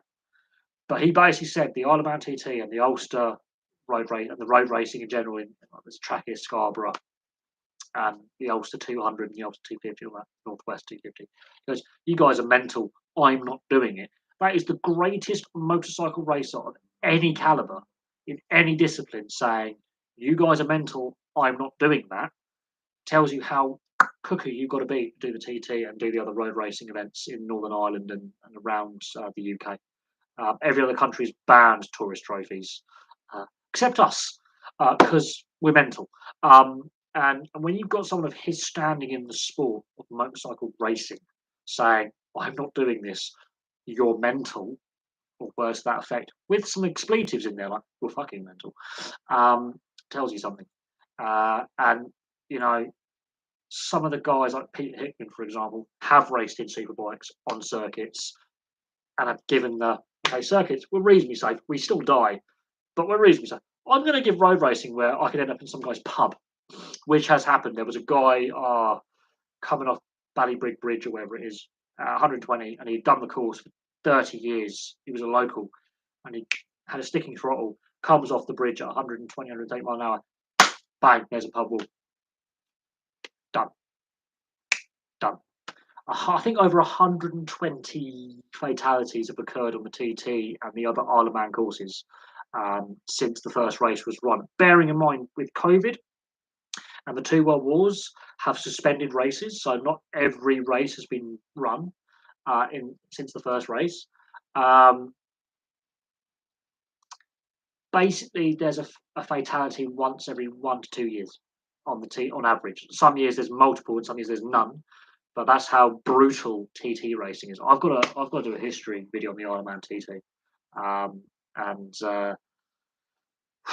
yeah, because you've got the sidecars, you've got the senior trophy, you've got the lower CCs, you've got 250s, 600s, 1000s, super stock, super sport, super bike, junior. You've got a whole load. I've got mates who go every year, and it's you to get over there, to get a ticket. I mean, to get any lodgings or get over there, you've got to think 2, 3 years in advance. And I just do not have the money. I would love to go. That's on my bucket list. It's one of the few things left on my bucket list to do. Um, and yeah, I want to, yeah, I want to go. But yeah, it's something for another day. If the channel was to become self sufficient and make a shed ton of money, then yes, I could go to the TT and just film, day out of the TT or the whole experience of the Isle of Man TT and you know meet other fans and enjoy the occasion. But at the moment, it's on the bucket list. It's a pipe dream. It's not going to happen for some time. But the right, so the Football League are now open, and yeah, Birmingham are in trouble now. If they're investigating the ownership, we could have another Derby County Chelsea situation on our hands. And the fact that he's got investigations in his homeland and he was allowed to get a controlling stake in Birmingham City is a failure of the EFL directors test. I'm sorry, he should have never. The current ownership should never have been allowed to have that controlling stake. I'm sorry. This is on the EFL. Now they're basically investigating their fuck up. I'm only allowed, I think, 4 F bombs, so I've had 3 on this live stream. They're investigating their own mistakes. They're now investigating because they failed initially. So I feel that that is a complete and utter cop out by the EFL. And I'm going to have to do some proper looking into the current ownership, but I'm, that's going to be quite complex. And I try and keep my history videos and my discussion videos when I'm discussing a transfer or a sacking or this situation to less than 10, 15. Because if it go more than 10 or 15 minutes, people are going to tune out. And the situation with Birmingham, much like Derby County, much like what happened with Coventry with the Rico and Sisu and all that, what's going on with Chelsea is actually a lot more complicated than what we read in the press. It's a lot more complicated with all the facts and figures and what's going on than we casually will read in the press or read on a statement that's released. There's a lot more behind the scenes to do with contracts and lease arrangements and outgoings and incomings and tax arrangements that overcomplicate the system. But what's been going on at Birmingham is a long-term issue with every set of ownership that comes in. There's always lurching from one crisis to the next, to the next. They've already been, I think Birmingham have already been hit with a points deduction with this current ownership. They were investigated when Sullivan and Gold and Brady were running the club in between stints at West Ham. They were raided by the police. They were investigated for financial misconduct. So the issues with the football club go back 30 odd years with Birmingham City. The situation with the stadium is a shambles, and the situation with the ownership is a shambles. And there you go. Wigan Athletic as well. Another one. Bolton, another one. Obviously Bury, Macclesfield. Macclesfield was mostly COVID related as well. That really killed them, but bad ownership.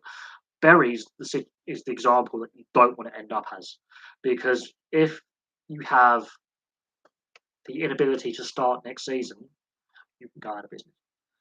And a club of Birmingham size, it's like Derby County. Derby County, that situation is highly avoidable, because here's the thing that the EFL, the FA, and the Premier League come up with: a compulsory purchase of the club until a suitable owner can be found. Other sports do it where the league steps in and runs the team until a suitable owner can be found. The NHL do it. The NRL have done it in Australia. The league body, they have the money to do this. So let's not pretend that the Football League, the Premier League, and the FA can't step in and save a club from itself. I believe the rules need to be changed where if a club is in this situation, that the Football League, Premier League, the FA, depending what league the club is in, step in and find a suitable buyer. Sort of similar to Chelsea in a sense, where the government stepped in and sanctioned the owner and gave a special operation license. I honestly believe the rules of a club ownership should be changed, where the Football League or the Premier League, depending on the situation, step in, take the asset off the crooked owner. If the club goes into administration, we will step in and find a suitable buyer for this football club. I think they need to change ownership rules. That's my personal opinion. Um, yes, the Connor Cummings accident is one of the most famous ones. There's another one where a guy flies off the mountain, and Guy Martin one in recent years. There are some big ones, and then there are the fatalities. The one into the side of the pub, for example. Yes, Birmingham City women have been relegated from the Women's Super League, so both the men's and women's teams are in a mess. And part of the women's relegation is regards to the shit show that is ownership. And I honestly believe, and I think this is where the Football League and the Premier League are too more concerned about making as much money as possible rather than the actual health of the sport, which they are meant to govern the clubs under their watch. Um, and this is where the FA's failed as well. And you've got to go back 30 years to the formation of the Premier League. And we had the same situation where the relationship between the Football League and the clubs failed. The TV deal wasn't working. Clubs like Birmingham were in trouble. There was issues with stadium infrastructure, Birmingham, Oldham, list goes on, and it led to the formation of a breakaway league, which was still part of the league structure, but they're going, we're not happy with this. Um, I think the football-led fan review. I think it needs to happen. I don't think every recommendation gets passed and put in place, but I think there should be enough there um, to at least make a start. And guess who's resisting the Premier League? I think about 16 Premier League clubs are resisting, and some of the high profile and some of the usual suspects as well. Yeah, you've got it: Liverpool, Man United, Man City, Chelsea, your Super League clubs. Those six, they're the ringleaders of the resistance. I wonder why. Here's the thing, though: fan power brought down that European Super League. It started with Chelsea fans. One of the few times I'm in agreement with Chelsea fans. Fuck, something's gone wrong here. Yeah, this time last year, I was behind the Chelsea fans' protests. You'll never hear me say that again, by the way. One and only time I'm in agreement with Chelsea, never again.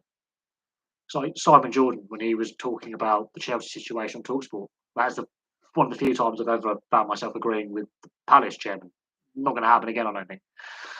The owners and directors test has failed. It's never worked. And that was an FA-led directive to the Premier League and the Football League. It's never worked. Um, and when questioned, they said, well, we brought it in after Abramovich and the Glazers took over Chelsea and Man United because there were concerns about those takeovers, but there was nothing in place at the time. Fast forward 18 years, Man United and Chelsea are hemorrhaging money. Chelsea have always been hemorrhaging money. And guess what? We've seen fan protests at both clubs about decisions that the club ownership has taken. Now,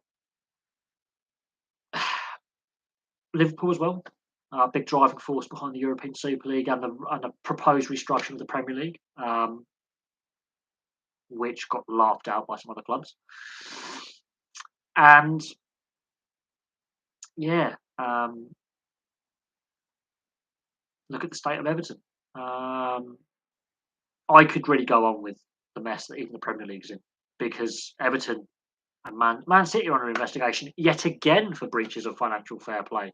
So yet again, the question mark over this director's test, which has failed catastrophically because Man City are under investigation for corrupt dealings. Who would have thought? You couldn't make this stuff up. Couldn't make it up. And Burnley have gone up. I mean, Burnley are in serious trouble going forward. How that leverage takeover was allowed, considering that the director's test was brought in because of the Man United leverage takeover 18 years prior. You couldn't make it up. The director's test was brought in because we now have some concerns about the Man United and Chelsea takeovers back in 2004. Oh, but the Burnley one, they're less important. Let that happen. But then you have a Derby County situation down the line with Burnley. I can see that happening. Birmingham City, you can see that happening again. Further on instability. Everton. I mean, if we're going by the book, they should be dot points for being in the breach of the spending rules. Not financial fair play necessarily, but the losses are exceeding profits in a 5-year period. They should technically be docked points and fined. It's not going to happen, though. It's not going to happen, but it should. Um, Technically, Spurs have made losses bigger than profits, hence why they got the Challenge Cup final this year.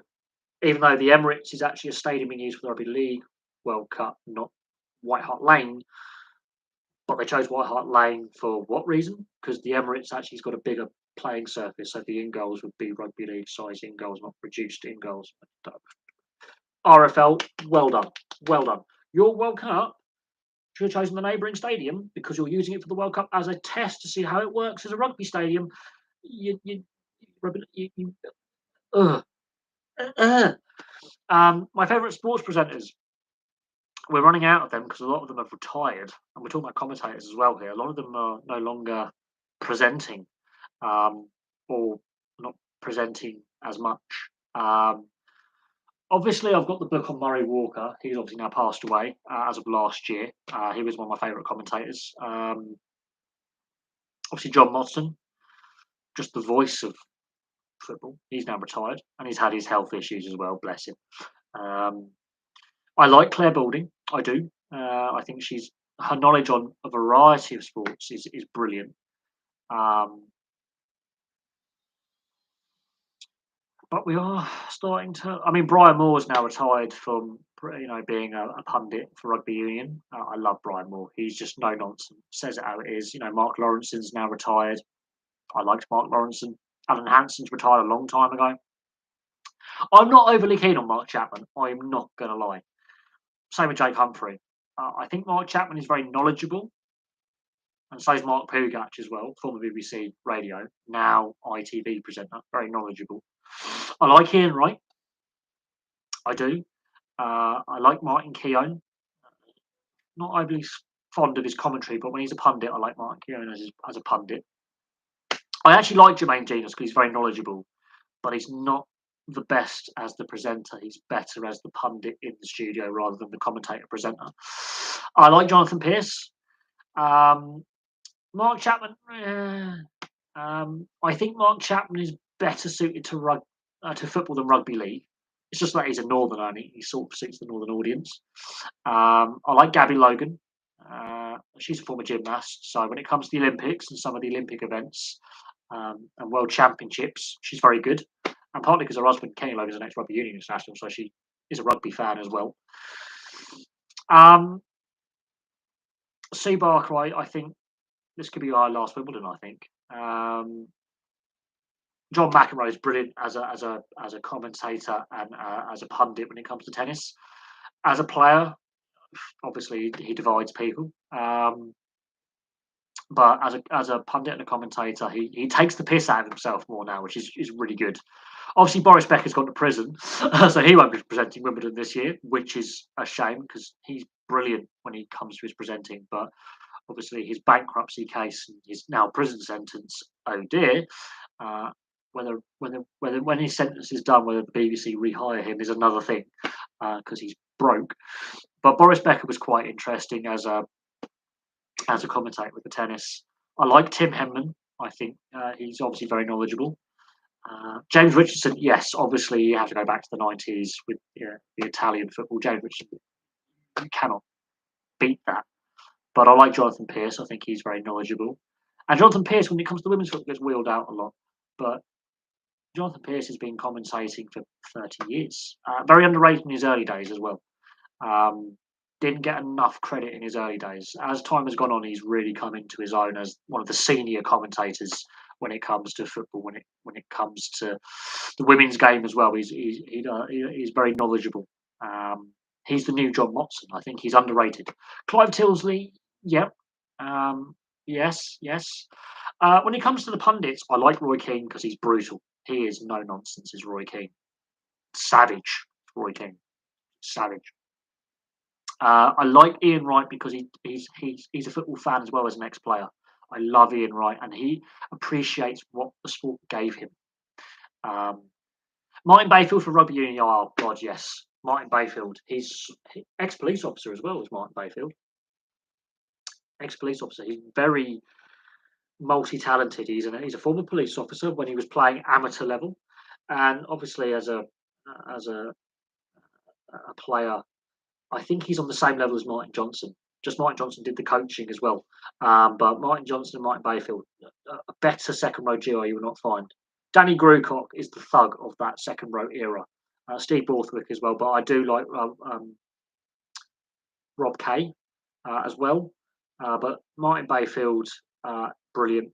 Um, very knowledgeable, not only in rugby union, obviously, because he played it, but um, because he's a fan of the contact sports and because he's done these sport courses where American football players have come over and actually trained with union and league sides in regards to their fitness and improving their fitness, because obviously in rugby league and rugby union you're more active on the field. Obviously rugby union is obviously a very stop-start sport, but rugby league is more go go go. He's done these cross code and cross sport training camps, and he's a fan of the contact sports. So Martin Bayfield is I like Martin Bayfield. Jonathan Pearce did commentate on Robert Wars. Yes, yes, yes.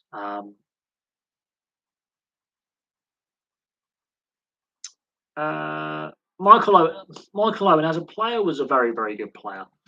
As a pundit, no. It's like Steve McManaman with commentary. He's very knowledgeable, but he does have some McMananisms where he will state the bleeding obvious. But Steve McManaman is also, I've met Steve McManaman several times actually. And one time at Royal Ascot, he gave me a tip on a horse that won me a lot of money. And it was when his horse was racing, and he said, "Look, my horse is not going to win.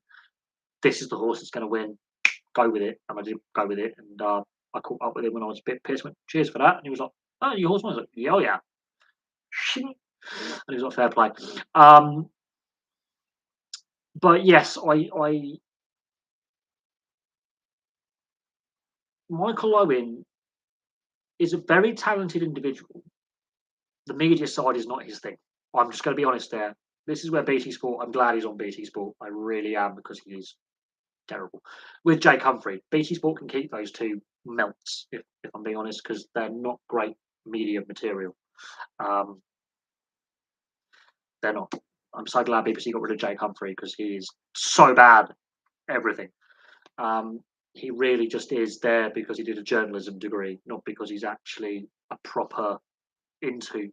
He started off in the F1, and then he suddenly got all these World Cup and Euros gigs. He is genuinely bad.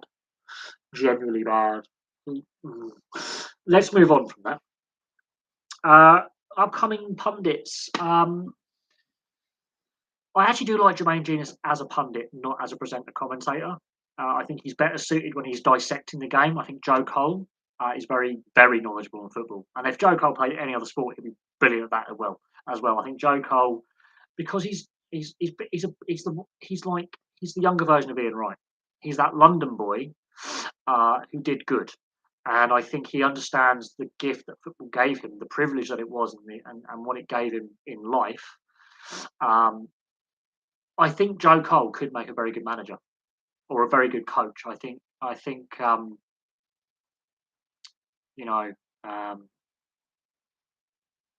that could be a future calling for him. If he either doesn't enjoy the media gig, or he doesn't feel fulfilled by it, I think going into coaching and maybe even a talent scout for a club, he could definitely do that. He's so knowledgeable on the game and what makes a good player and what makes a good formation for a team, and how I think Joe Cole is very knowledgeable. And Jermaine Genius, I think, is underrated. He's just not. He's better as a pundit than as a commentator, although he's decent as a commentator because of his knowledge of the game. And he's finding his feet. He does get a lot of criticism. He's not as great as the presenter. African Cup of Nations could tell you that. He wasn't great with the earpiece and looking at the camera. Clarence Seedorf, he's done punditry for Dutch, Italian, and British TV. There you go. That's how good Clarence Seedorf. And he's obviously played a lot of his career in Holland. But in the Dutch education system, English is one of the primary languages they're taught as a secondary language. And it's Clarence Seedorf. So. Clarence Seedorf. I grew up watching Clarence Seedorf. He's a fantastic player. in his day, and he is actually a very, very. I think he's actually doing some coaching now as well, but he's up there. I like Marcel Desailly when they've had him as a pundit. He was a fantastic player as well in his day. Um, no, he really was um, fantastic. Edith Barber, the Scottish BBC presenter, she's quite good. I do like her. And I think her accent works when she's presenting and doing the pitch side commentary. Edith Barber. I like Edith Barber. Um, I think she's an up and coming um, sports journalist who I think gets a fair bit of crap in social media, but she knows her stuff. Edith Barber. I like her. She's very talented and really knows what she's talking about. Um, she's done the rugby, she's done the football. I think she's might be covering the rugby league as well, simply because they need someone out there. Seedorf as a player was class, and as a studio pundit and breaking down how the game is played. His Dutch accent, like Hasselbank, works, and secondly, he's just a damn knowledgeable guy. Hasselbank and Seedorf hasn't quite worked out in management for them, but they're giving it a go. Fair play to them, but they are better, possibly as assistant managers and coaches, and maybe talent scouts. But no, there is no doubt on their knowledge on the game. And Clarence Seedorf, while he never played in England, his English is perfect. And Jimmy Floyd Hasselbank, obviously with Leeds and Chelsea fame and Middlesbrough, what a player! I've got to do a career video on Jimmy Floyd Hasselbank because I think that will blow people away. Jimmy Floyd, underrated player. Even Fabio Cannavaro has been wheeled out for British TV, and again, surprisingly, for a centre back, he's actually shorter than me. But as a player, his spatial awareness he's one of the best players ever to play the game in the modern era. Yeah, Carson Young, Carson Young was investigated, another previous owner, and I remember that. I've done my fantasy Premier League and World 11s. They're on the channel back in 2018, and I need the whiteboard out to do that. And obviously, can't do it with the layout of my flat. I'd have to completely reorientate my flat, which is a giant sphincter pain. I might try and get the whiteboard up over there and use the plug sockets in that wall for the laptop and have the laptop stand in front of it here. Maybe. Because of the lighting, it is doable in the daytime, but that would be a possibility. But I've done my living 11 for both the Premier League, England, and for my footballing 11, my fantasy 11. So I've done my Premier League, England, and world all nationalities 11 back in 2018. I've done my cricketing England and world 11s as well. I'm yet to do a rugby league and rugby union team, and I'm yet to do an NHL squad of my favourite players. So that's something maybe for the future, but that will date me in my favourite era of the game of the sport.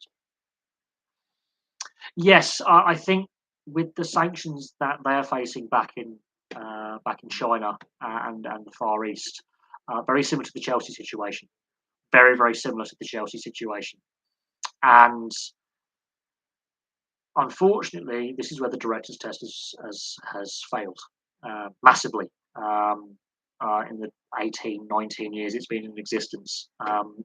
And, the Derby County, Portsmouth, I mean, I could go through all the various teams that have been docked points, had administrations, struggled. There you go. I've got to remember who I had for I think I had Taffarel in goal, not Buffon. I think I had Ancelotti. Well, no, I had Sir Bobby Robson as manager. There you go. The governor. I think I had Crespo and Batistuta in my lineup. I had a very interesting midfield, very interesting midfield, and I had a very interesting back four. I think Maldini's obviously in there. It's a very heavily Italian influenced lineup for the Serie A in the 90s with my all time 11. This is 4 years ago. Now, I wouldn't change it, ironically. I still think the team that I selected with subs and manager, for me, is the best team you could put together at club level at that time. Basically, Wang Yahoo has had everything leaked. Everyone's tagging the EFL and all sorts of years. If the EFL are investigating and if they are forced to sell, there may still be a sanction against the club because your operating license goes from season to season. So the season technically ends on the 31st, and then you've got the playoffs, obviously the final playoff games. And then you obviously, which I think will be the league. There's one more playoff left to play. I think it's the League Two final. The last no. I think all the playoffs are done. So the season officially ends tomorrow, and the next season officially starts, I think, on the 6th of June. Officially, that's your pre-season, off-season, but that's when new operation licenses are given when you sign up. So I think that, but if he's dodged it, then that's a failure of the director's test, as it's officially known, and that's on the EFL for failure to properly implement their rules. So the EFL comes under the spotlight for basically failing in their duty of care to constitute clubs in the league in making sure the entities, the 92 clubs, 72 that they're in charge of, but part of the Football League structure, which also includes the Premier League, is fit and healthy. They failed with Bury. They failed with Macclesfield. They failed with Derby. And this is literally in the last 3 years. They have failed with other clubs. They failed with Birmingham City. If the current ownership has dodged or sidestepped the director's test, but then again, they allowed Cellini to own Leeds and he had a criminal conviction.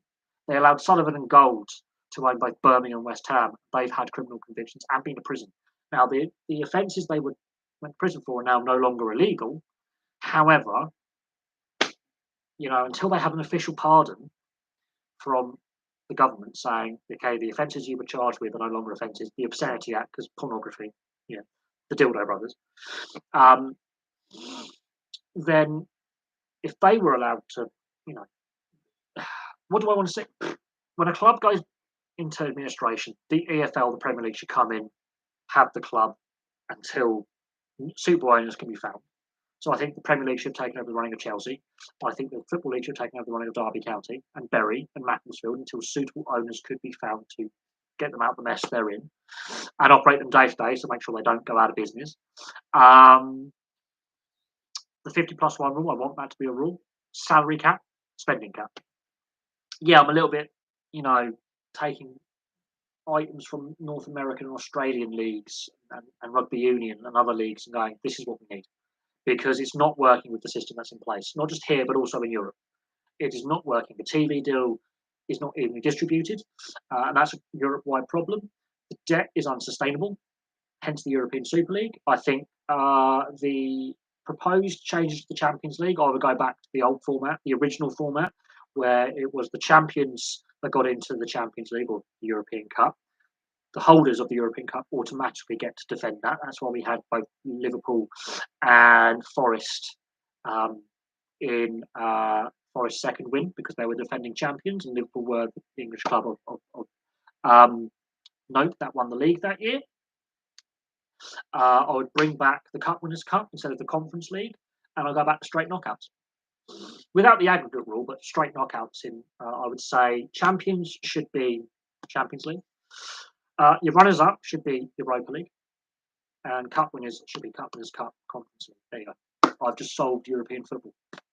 You reduce fixture congestion, get rid of that stupid UEFA coefficient because it actually has harmed most of the leagues in Europe, apart from 7 of them.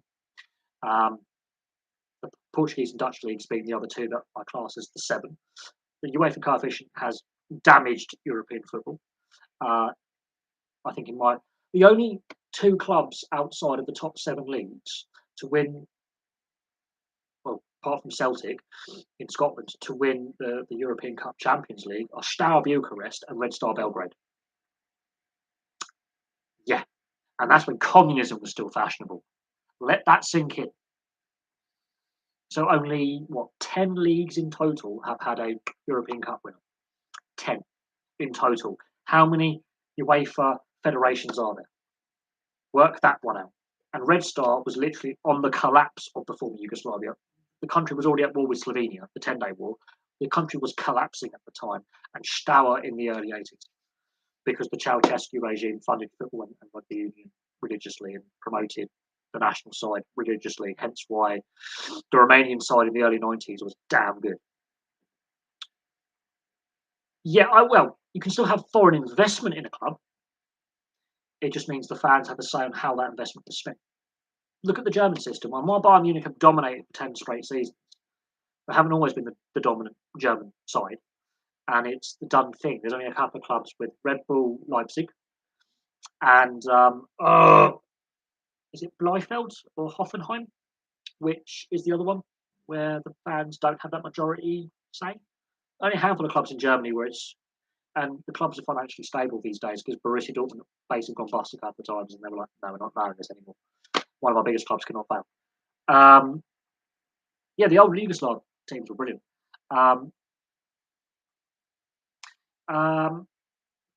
The fact that the EFL failed in their director's test originally with Birmingham City is part of the point. The director's test has failed. I think the 50+1 rule stops this from happening.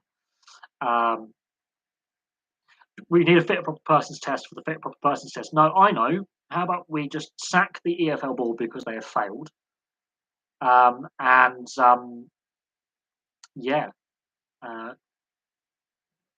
Merge it with the Premier League like it was before '92. We need to completely restructure the whole thing. The Premier League's not fit for purpose either, because a handful of clubs have too much say in how the money's distributed. They're too greedy. Hence the European Super League.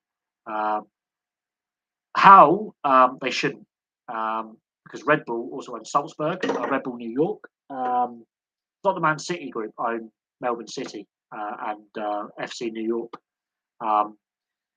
It's called a conflict of interest because ironically, Red Bull Salzburg and Red Bull Leipzig can play in the same European Cup competition, hence match fixing. It's a conflict of interest, should not be allowed.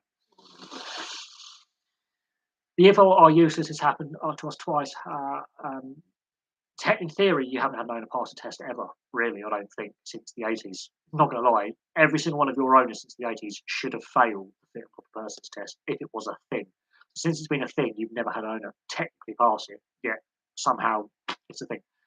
How hard they're still trying now to stop the new UEFA rules coming into effect. But ironically, they actually would make more money with the spending cap in place. They'll be more profitable than they currently are. They would have no debt. It's a no-brainer. Have it. It is honest no-brainer having some of these things brought in. It's a no-brainer. You suddenly stop the debt. You make the club so profitable, it's unreal. And then you can start spending like mad again after 3 or 4 seasons. You just got to become profitable and then save up some money. And then you can have $1 billion player, which is not without the realms of possibility. If Neymar costs $250 million, in theory, if you were well run and saved up your money, you could have $1 billion, £1 billion, £1 billion player for transfer fee. It's in theory. Because we are 250 times bigger than when Trevor Francis went to Nottingham Forest for £1 million. We have the transfer market is 250 times overinflated from where it was in 1978, 79. Best goal I've ever watched. Are we talking about the Euros, the UEFA Euros, or we're talking about European like Cup Winners' Cup, UEFA Cup, Europa League, Champions League? Because I think there's a down one, Bale. There's some ones up there that are insane. Stankovic, I think Schalke. Red Bull have an ice hockey team as well. There's a massive conflict of interest. Red Bull have their fingers in so many pies. They even have Red Bull Mobile. They've tried to do a mobile phone network. They've got Red Bull Cola. Nationals, God. Maniche for Portugal against the Netherlands in 2004. That's my favourite, and also one of the best. Manish, the bend on that ball. Didn't score many, but when he did, they were good. Um,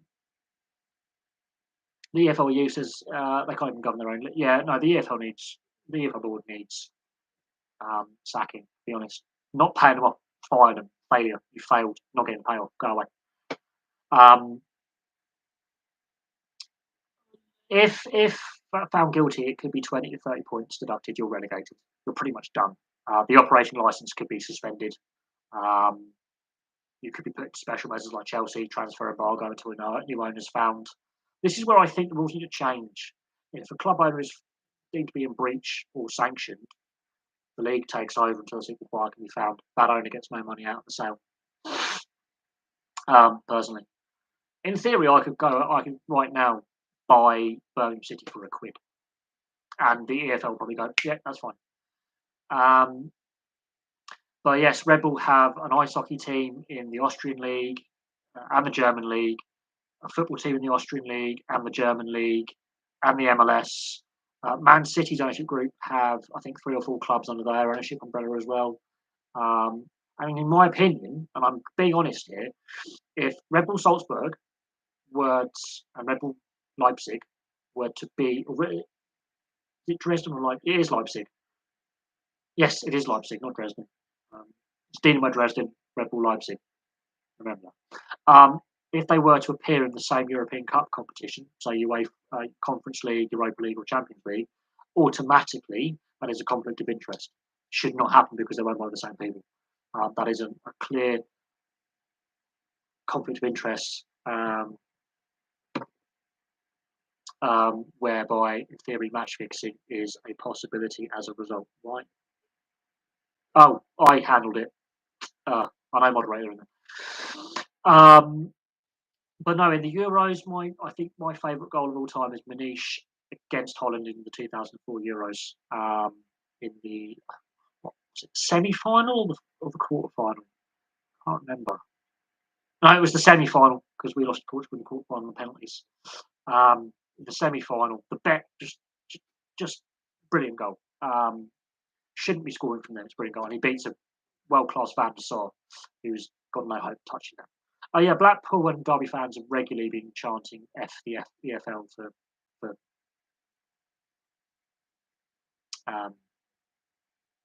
everything. Yeah, Red Bull. That's the danger of having so many fingers and so many pies. There's going to be a conflict of interest at some point. They've got 2 F1 teams competing in the same race. You've got Alpha Tauri from a Toro Rosso from a Minardi team, and you've got the Red Bull team from a Jaguar from a Stewart F1 team. So yeah, they've got 2 teams competing in F1 at the same time. So again, conflict of interest. It's allowed. It shouldn't be, because you can tell your junior team who could be winning a race, get out of the way, let the other guy win. And betting, yeah, shouldn't do that. Most likely, yes, as it's the very start, it won't affect a team as no team has played. Yeah, no, I think that's I'm assuming in relation to the Birmingham City situation. Yeah, if you have your operation license suspended, you may not be able to compete next season. You could be thrown out of the Football League at worst. At best, I think you're looking at a points deduction and a transfer embargo, and the owner being forced to sell to a new owner. Who that may be, God knows. I generally think Birmingham City are in a worse state than Derby County and Chelsea. And the Chelsea deal, while I think it goes through at midnight officially, they cut it fine by 24 hours. And that could have been done much sooner. The Premier League and the FA dragged that one out as well. So the governing bodies aren't fit for purpose. Any plans beside the haircut for 1,000? Any plans? I know at 2,000 subs, and I've been saying this for 4 years, I've got to buy and wear a Burnley shirt or be donated a Burnley shirt, although I'm more likely to buy a Burnley shirt. And I've got to wear it today and smile. Doing that now because that's how painful it's going to be.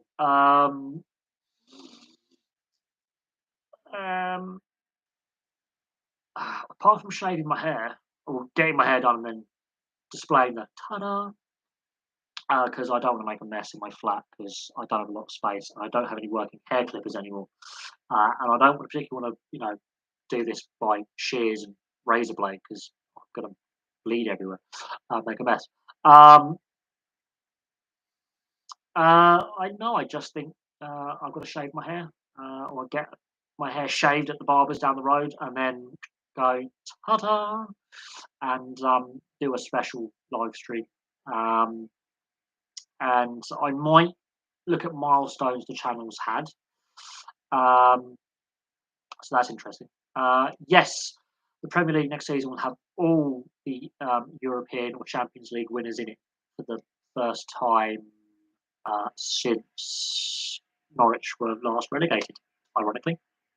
No, because Chelsea hadn't won it at that point. It was four uh, when Nottingham were last relegated from the Premier League because Chelsea hadn't won it at that point. So, yes, that would be the first time ever the Premier League has got five.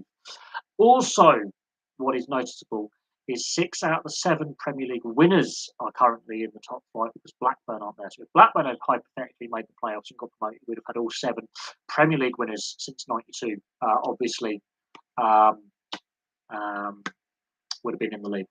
So that's another interesting little tidbit. Do I think wages and money will get out of control? They already are. The wages and the money and the transfers are already out of control. Hence why you wait for bringing in hopefully in 2023-24 season their new spending rules, so season after next, because the European Super League debt it's too much. COVID has sped up the money bubble bursting, and I think these rules should have been in place a long time ago. Um, so if and when Blackburn get promoted back to the Premier League, and as long as every other Premier League winner is still in the league, you'll have all 7 Premier League winners in the league at the same time. That hasn't happened before as well. Although we had all Premier League winners up to a point in the league at the same time. Obviously, Man City and Leicester won it, and Liverpool. I think Blackburn was still in the league when Man City won it the first time. We've not had all 7 in the league at the same time because Liverpool now may be the 7th team. I don't do gaming streams. I do gaming reviews. Other channels do gaming streams. It's not my cup of tea. And my Xbox, we have on the Xbox, not the laptop. So that's a problem. And I just don't enjoy. I haven't gamed for nearly 2 years. I don't enjoy it anymore. The Modern Warfare 2, which is technically Modern Warfare 5, if you really think about the Modern Warfares they've released, is coming out. Yay. I won't be buying it. I'm basically thinking about selling my TV, my Xbox, and all my games. I generally have stopped enjoying gaming. It's not that I haven't got time, I haven't got the enjoyment anymore. In years past, I would have been on that. When I was on holiday from work or weekends, pretty much all the time. I don't have that enjoyment anymore. What happened with Leicester Tigers? They got fined for their salary cap breach. I think they got fined about £300,000, no points deductions, so not as severe as Saracens because they were under that threshold. Had they been a few thousand more, they would have been over the threshold and would have had a points deduction. So Leicester were being very, very cheeky. You wish someone like Musk or Zuckerberg. You really don't. You really, really don't. You just need someone who gives a toss and actually runs the club properly. Maybe a fan-led consortium like Exeter City did could be the way out. I know it means you'll be less spending power, but you'll be better run. This is Birmingham City, Derby County. They're the 2 prime examples why 50+1 rule should be a thing. And there's also a reason why, again, scrap the current director's test because it's not fit for purpose, because the EFL have allowed this to happen. This is on the EFL shoulders. How much gaming is too much gaming for a pro athlete? Would you have with a Blackburn player playing streaming? Well, as a Jets fan, Patrick Laine was doing up to 17 hours. He would do a 17-hour binge on Fortnite, and that became problematic, and eventually we ended up trading him. I've been enjoying the domestic cricket this season. Lancashire versus Yorkshire the other night was great. Loads of Man United chances of the game though. I think instead of the 100 format being on free to air, how about we get the T20 domestic format on free to air? ECB thought process. How about we don't waste money with the 100? We actually focus on the domestic game, short of formats we already have, might be an idea. Um, yes, the Exeter City model is very solid, and it took some time, but they got a promotion and a rebuilt stadium. Uh, yes, the 100 is basically a panicky ploy by the ECB to try and make some short-term cash because they're run out of money. And it was before COVID, and they've even mentioned, even COVID notwithstanding, it was going to lose money in the first 2 years. This will be the second full year. It's not going to break even. The losses are exceeding revenue. So at this current time, brain dead decision by the ECB. It was already going to fail anyway financially. It's going to kill them. Yes. How much gaming is too much for a pro athlete? As long as it's not too much and it's a positive hobby where they can relax and unwind and be a human being, I don't have a problem. When it gets to Patrick Liney levels of 16, 17, 18-hour binges, and it does start to impact their day-to-day play and training, then there's a problem. But there used to be recommendations that you do no more than an hour at a time and then take a 15-minute break. Um, I used to enjoy video games religiously. I still have my original PlayStation. I still have my original some of my PS2s, and still my Xbox One. I just haven't gamed since August 2020. Really, I did a little bit last summer with my neighbour, but not a lot. A couple of hours. But I haven't turned that TV, and my Xbox is underneath my table right now. One of those bags down there. Haven't plugged it in for nearly 2 years. It's been 21 months since I turned my Xbox and my TV on. Yeah, before I had the channel, and even when I had the channel, in the early days, I would be quite religiously gaming. Not so much now. And I'm in my early 30s now. I stopped enjoying it around 2018, 2019. I really stopped enjoying it. And then I looked at the prices for the current Xbox and PlayStation. I was like, this is not sustainable anymore. I just cannot enjoy this anymore. It's going to cost me half a month's wages for a console. That's a full month's wages, and that's not including rent and bills, council and taxes. It's just too much. Too much. Yeah, I think at the time they did a cash grab with the Sky TV deal, and it was a brutal mistake. It's kicking him in the arse. Um, yes, the 100 is basically a knee-jerk reaction to the loss of fans. And you look at the peak viewership for the World Cup final versus the peak viewership during 2005 Ashes, and they lost 10 million casual and hardcore fans in that time frame. That's casual and hardcore fans, so even hardcore fans are switched off.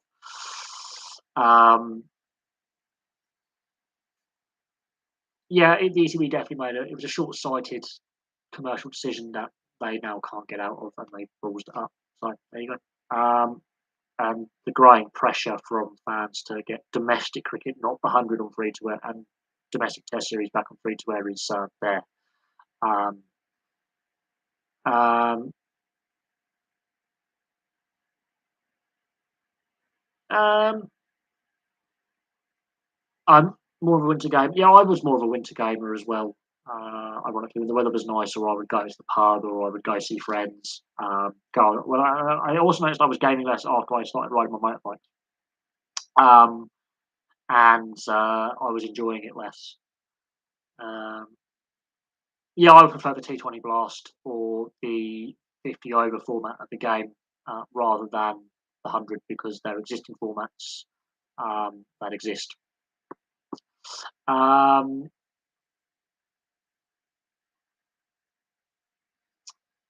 Retro gaming, yeah, it can be fun. I get the old PlayStation out and still play Tekken 3. Because technically I've done 98% completion. I need to unlock 2 player skins for characters, and then I've got 100% completion, and they're the hardest skins to get in the game. So I've got 2 character skins to unlock, and then I've done everything. And I've been doing that since 1999. It's now 2022. I've been doing it for 23 years. I've been playing Tekken 3 and enjoying it. So there we go. Trevor May was a popular streamer and pitcher for the Mets. Fans are saying too much gaming led to his decline. I would say, yeah, Patrick Laine, his Fortnite addiction in the 2018-2019 season was very noticeable, and it had an impact. And then the team traded him, and his numbers haven't recovered. He's not on the same level he was in the 2017-2018 season. His numbers aren't the same as they were. So it is noticeable, yes. I don't know enough about Major League Baseball. I have always stated that I don't know individual players. I don't know enough about the individual team histories. But I will say this: I do agree. Too much gaming does have a knock-on impact on performance. Players like Dele Alli, Neymar has missed half the games he's been eligible to play since his transfer to PSG. Very noticeable. Um, and while I understand the links with esports, especially during the lockdown as well, when sport wasn't being played, a lot of players got involved with the video gaming and the esports and playing with each other and with fans. There is a knock on. Yeah, Major League Baseball, the NHL, Fortnite has been heavily criticised. The Fortnite craze has sort of slowly died off a little bit.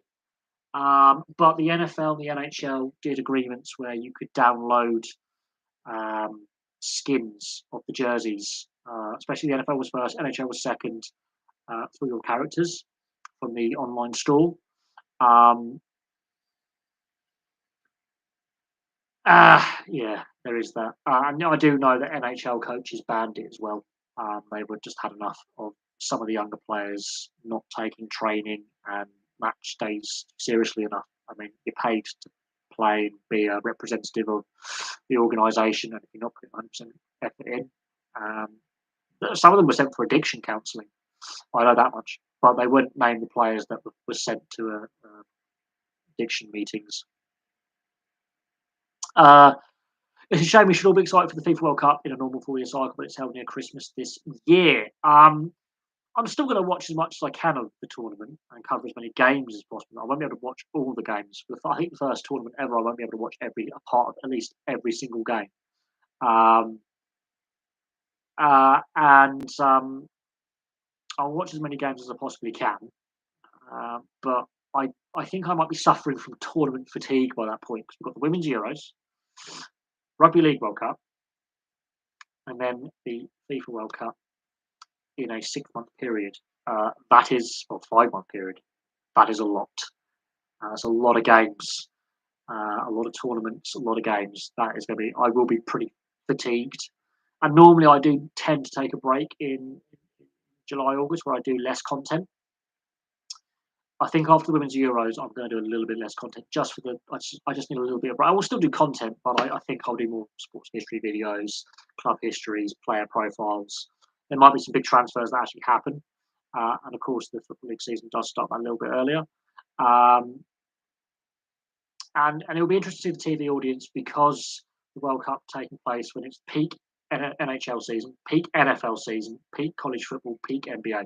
So when these seasons are in their intense mid-season drives, um, it's going to be interesting how the American audience and the Canadians as well, with the Canadians getting into the World Cup as well, with the NHL and NFL being the NBA being in their prime audience slots, how the TV viewership,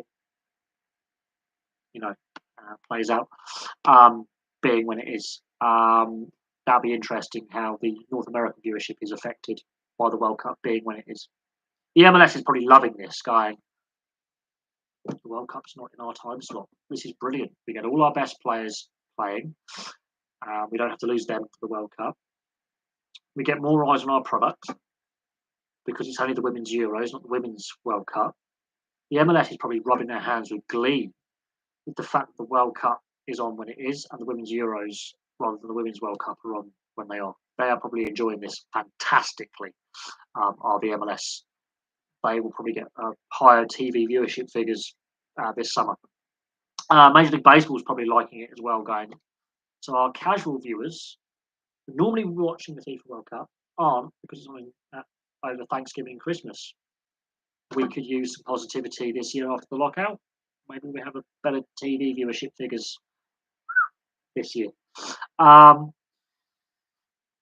England USA on Thanksgiving is going to be quite funny. quite frankly, because when Thanksgiving, the first Thanksgiving, technically, the the first meal the Pilgrims had with the natives, the Aboriginal Indians, Native Americans, it was still a British colony or an English colony at the time. So that's an interesting one. If it was held on Independence Day, that would be more interesting if the World Cup match up was on Independence Day, July 4th, which won't happen because in a normal World Cup cycle it's in June, early July. So if the final might be on July 4th, that could be interesting in 4 years' time. Um, I think the attendance, fan attendance is going to be a big talking point. Considering if you look at the World Championship athletics that was hosted, I think back in 2019, the attendance was really poor. Um, if Wales get through, you're facing two British teams because they're in the same playoff bracket with Ukraine. It doesn't matter if Wales or Scotland get through; you'll have two British teams, two home nations in the same group versus the USA. Um, so whether it's Wales or Scotland, it's irrelevant. Who get through? If Ukraine get through, then it's only one. But in theory, there's a possibility of either Wales or Scotland being the other home nation should they get past Ukraine during the playoff structure. That's in playoff bracket. I think audiences, and I think the TV audiences will be a bit lower than expected because the October half term that we have is when the Rugby League World Cup is on. So what you would call in America mid-semester or spring break, we have our educational term time. We have the autumn Christmas term, which is September, sometimes August in Scotland, through to early December, with a mid-term break in October when the Rugby League World Cup is on, and then we have the spring Easter term, so post Christmas, which runs from January to March, sometimes April, again depending when Easter is, and there's a half term in that. And then we have the summer term from end of April, beginning of May, through to June, July, depending when exams are held. And there's a half term this week, right now, which I'm on holiday for, which you call vacation in North America. Don't forget about the golden share every EFL club has. The EFL can remove. Club is worth nothing. My TV audience, will it be okay? It's going to be interesting because the domestic football league is suspended, but the domestic rugby union is still taking place. And how big will the TV audience be for the Rugby League World Cup? Considering A, we're hosting, and B, we have a very good chance of winning. Sorry, I dropped my pen. I'm not holding that, but I'm playing with the pen. I don't know. I would expect, and I'm being honest here, I would expect possibly the TV audiences to be slightly lower initially, and then when the school holidays kick in or school vacation time kick in for the holiday season, the Christmas period. But also you've got to remember that you've got Hanukkah, the what's the Islamic festival? Is it Ramadan or Eid or their version of Easter? You've got Diwali, got Hanukkah, you've got Christmas. I think there's an Islamic festival. There's a Hindu Sikh festival, which is Diwali. All at what I call the holiday season from October through to March, April is what we call as the holiday season. The religious festivals mostly take place in this time. So that's going to be interesting. It really is. With the Rugby League World Cup taking place when it is as well, there's going to be tournament fatigue for some people. Quite frankly, I know I'm going to have it because I'm going to try and watch as many Rugby League World Cup games as possible and as many Football World Cup games as possible. And that is I'm going to be A, I'll probably need multiple notebooks, and B, tired. Which venue would be one of your top on my list to visit? If they use Soldier Field in Chicago, I'm in for that. But I think they're probably going to use more MLS stadiums, if I'm being honest, because the MLS infrastructure has improved massively in the last decade, where they're not using NFL stadiums anymore. So I think I honestly think that they're going to use more MLS stadiums. So I'm going to have to look at the MLS stadiums that are used. I know some NFL stadiums are used for MLS, but the Atlanta Dome I like, where Atlanta FC play and the Atlanta Falcons play in. That is a fantastic facility. It's a massive stadium, 70,000 plus. Um, but I think Soldier Field in Chicago, they've sold that out for rugby union, and I think rugby league I think could sell that out as well. If I'm being honest, state of origin or Australia, New Zealand, or England, Australia were to play a game there. Um, I don't enough. I don't know enough to be a FIFA World Cup. They can't use plastic pitches; they have to use grass pitches. I don't know enough about all the MLS stadiums, but I will say this: I think when they come to the World Cup, they're going to use a lot more of the MLS stadiums um, than the NFL and collegiate football stadiums. Even though they've got bigger capacities, I think they will play smart and use football-based stadiums or soccer-based stadiums for the tournament. But I think they've learnt from USA '94, where some of the stadiums weren't sold out. I think they've learnt from the early days of the MLS, where they were using massive stadiums and had very low capacities, and that caused money problems for the league. I think the organisers will play smart, but we don't know until they announce all the stadiums they've got, because it's 4 years away. Things can change. Stadium rebuilds can get behind schedule. Um, so we'll see what happens. There's some other good stadiums in Canada other than Toronto. Vancouver's got a great stadium. Is it Bell Centre in Vancouver that's got a dome, that's got a grass surface? Um, we'll have to see. I'll have to look at the venue list they proposed. It hasn't been fully confirmed yet what venues they're going to use for training camps and actual stadiums. Hasn't all been fully confirmed yet, but I think they go with a lot of MLS stadiums, and I think cities will have to bid to be host cities as well. But bearing in mind they are sharing with Mexico and Canada, so expect the Azteca Stadium to get a makeover. That'll be the third World Cup that stadium would have hosted, and expect the stadium in Guadalajara as well to get a makeover as well. Um, there were two stadiums that are iconic with the World Cup in 1970 and 86. So expect those stadiums um, um, to get a makeover. The Azteca is a brilliant, absolutely brilliant facility. So bear that in mind. If the Rose Bowl is used or Soldier Field does need a drastic redevelopment. I have to admit, it needs updating. The Rose Bowl as well. It needs covers. It needs stand covers. It needs covered seating because the US in the height of summer is blistering hot in the Midwest, and even on the East Coast it can get bloody hot. So some covered seating, please. I know some of these collegiate and NFL stadiums don't, and they are bowl shaped. Which, while they have massive seating capacities, covered seating, please. Toronto is not the capital of Canada. Ottawa is the capital of Canada. Toronto is the largest city in Ontario and in Canada. Just putting that out there. It's not the capital, it's the biggest city. So, yes. It just doesn't. It's an ice hockey capital rather than a CFL. The Argonauts do play in the CFL, and you've got Toronto FC, and you've got the Blue Jays, but their outdoor sports aren't as good as their indoors. But Montreal has an MLS side, so do Vancouver, and they've done improvements to the stadiums in Edmonton, Saskatchewan, Saskatoon, and Winnipeg that have CFL teams as well for the Women's World Cup back in 2013. That was hosted in Canada. So they've done some stadium upgrades to some of the stadiums in Canada years ago, long before they bid for this joint World Cup against Morocco. They were bidding against.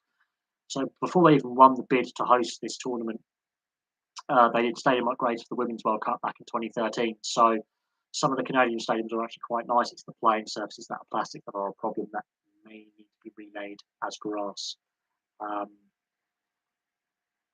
The Montreal Stadium is quite nice, yes.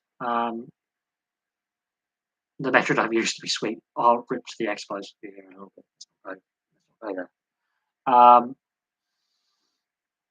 Yes, Mexico, Canada, and US are joint host, tri-host nations because it is an expanded World Cup. So yeah, um, which is going to be interesting. Uh, which is why it's so important that the Canadians have qualified for this World Cup alongside Mexico and the US. Massively important that all three of them did qualify this time round as a boost going into the next World Cup. Um, where do I think in the world rankings that the Canadian team will be? I think they'll continue to go up with the system they've got in place, the talent they're unearthing, and a lot hinges on how they play in this tournament, this upcoming tournament. Um,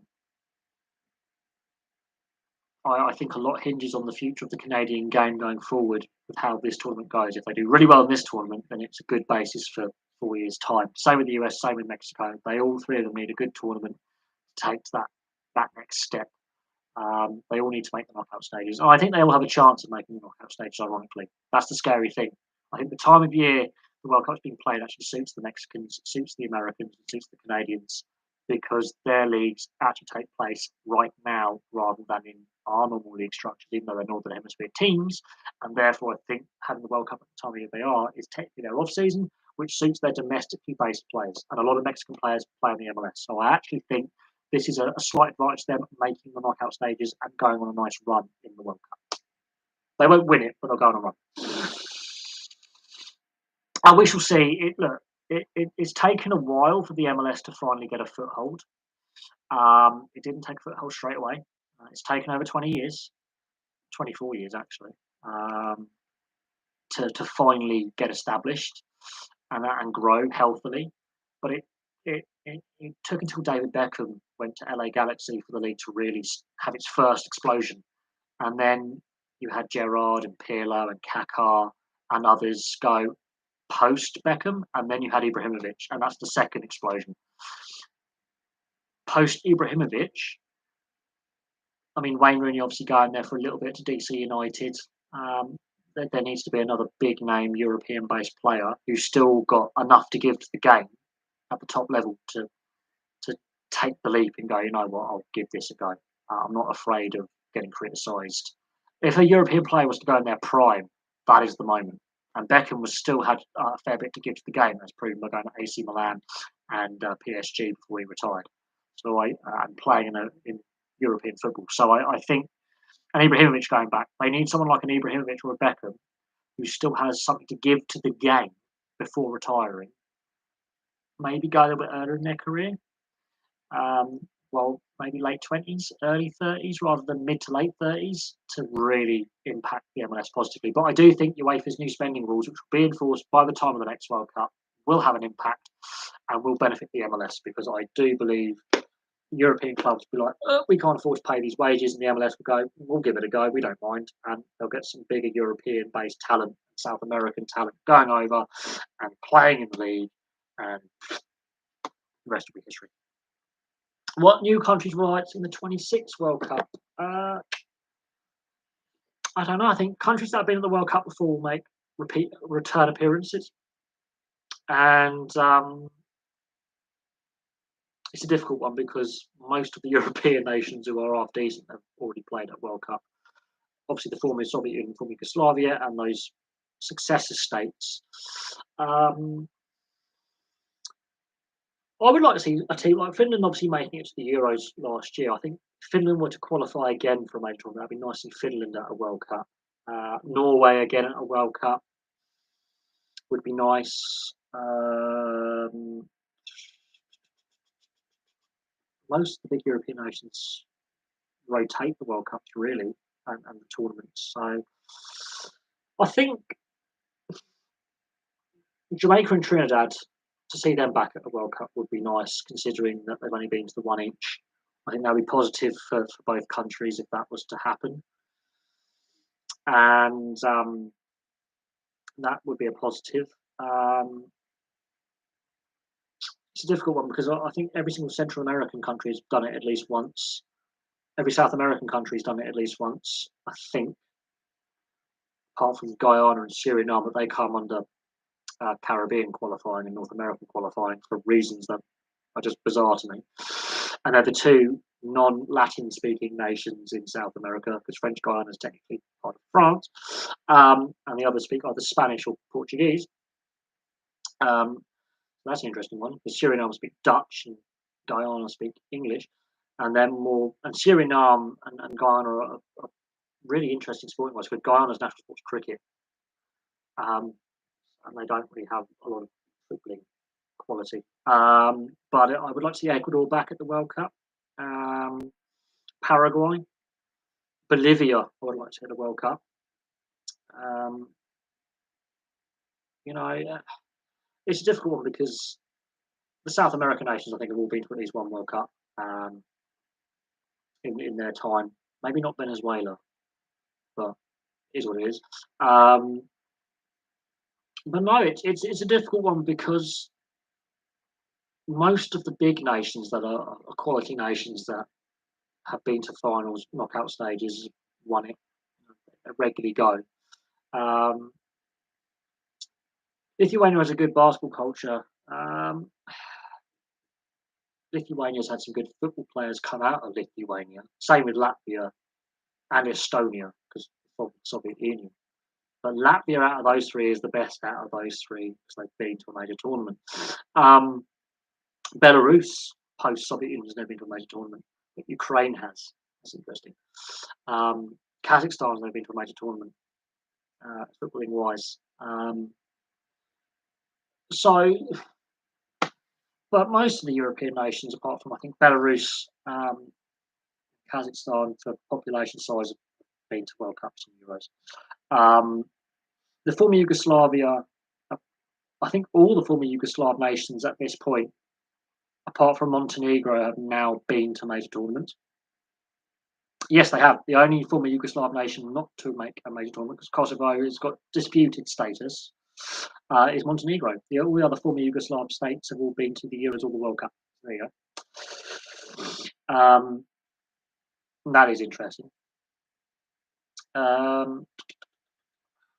would like to see Montenegro at a World Cup, or a Euros for that matter. I would like to see that happen. Not gonna lie, I would.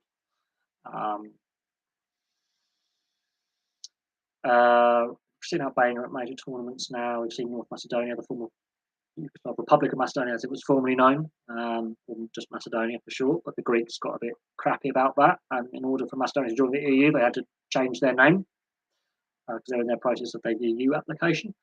I would like to see Slovenia back at a World Cup.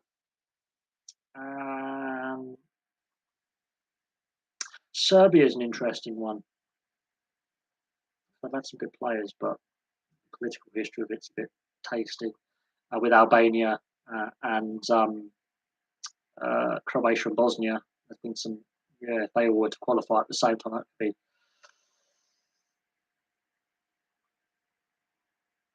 could be interesting. Do I think Australia will ever host the FIFA World Cup? I think it should happen. They've hosted cricket, rugby union, rugby league World Cups. I think it should happen, but I think there would have to be a co-host with like New Zealand for it to take place. Basically, there is no other way it could take place, and they're in two different federations now. So it can happen, but it would require New Zealand, I think, to move into Asianic qualifying to be covered by the Asianic Federation for them to co-host. They've got the infrastructure, but if the World Cup is going to expand, then it becomes problematic for Australia to host it by themselves or as a co-host. You would need a third host, and there's no one geographically nearby of a high enough standard for that to happen. It should have happened by now, but it hasn't. So it is what it is. But Australia's a sportsman country, and their A League is a half decent standard. I've watched a few A League games. It's mildly entertaining. It's not on the same standard as the NRL and the AFL domestically, and it's not the same standard as even the MLS, but it is still a fun watch because it's a growing league and the fans are passionate. They've got the infrastructure in place. They've got the stadium infrastructure there to quite easily host big tournaments. They've done it with the Rugby Union, Rugby League World Cups, and Cricket World Cup. It's doable, but the World Cup expanding, do they have enough logistical space to host all the players and officials and fans? I would like to see Australia host the World Cup. I don't think it happens, which is a shame. Um, Pierre Schumann has reportedly been used by Spain as evidence of inconsistency in World Cup's eligibility regulations as part of their appeal against their exclusion from next year's World Cup. At the same time, Spain, this is back-to-back qualifying campaigns where they've been thrown out, and they would have qualified had they not breached the rules. Yes, there's inconsistency, and yes, they can raise that.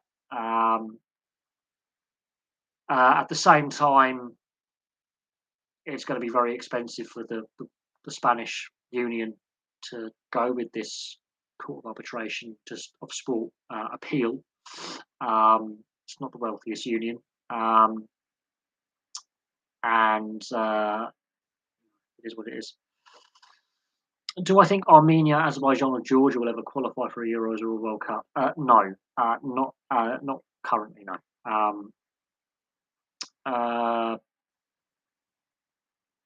Yeah, not for a long time. And Georgia is more likely to be rugby union than football, because rugby union is now the national sport. It's overtaken wrestling. So Georgia's already getting World Cup qualification with their rugby program.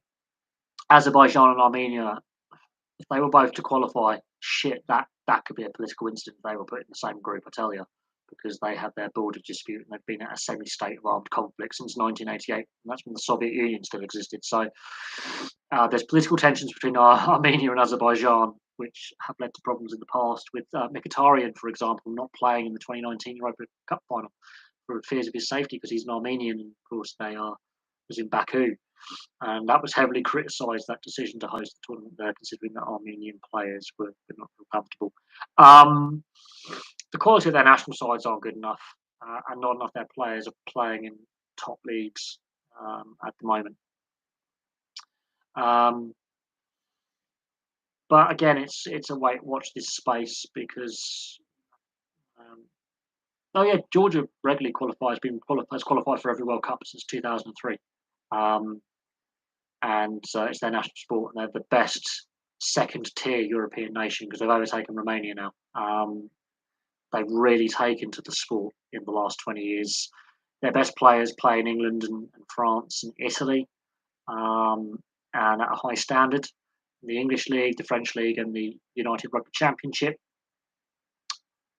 Yeah, and their domestic league is growing in strength as well. So, they are a very, very well coached, physically fit, committed. They are committed to the program as well, and they've got some very good players. They're not quite on the same standard as the Six Nations yet, and the call to drop Italy out, but Georgia in would be a slaughter every week.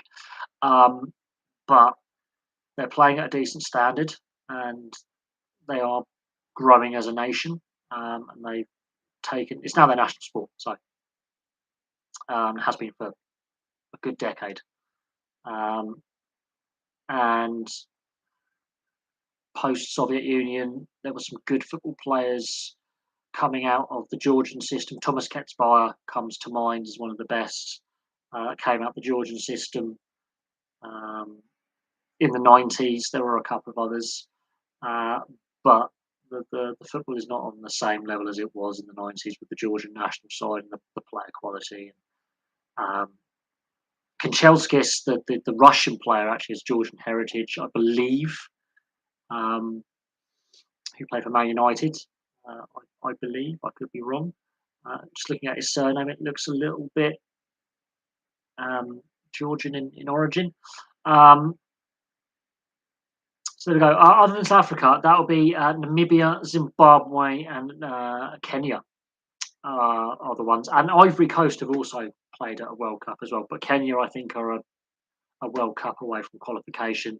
Zimbabwe have played at a World Cup, and Namibia have been World Cup regulars as well. Namibia are the second best African nation after South Africa. They're like the Uruguay of African rugby. But Ivory Coast have played at a Rugby World Cup in '95. In the sevens side of the game, Kenya are one of the world's best in the sevens format. And Zimbabwe, unfortunately, with the political situation with Zimbabwe, has harmed their domestic program, but they do play a decent level. So yeah, That's where we sit with those nations. Namibia is the second best. I would say Kenya is the third best. Botswana have a decent side, yeah. Botswana have a decent program, but it's Namibia, Kenya, then I would say Botswana and Zimbabwe, and then Ivory Coast, and that's your African nations that are.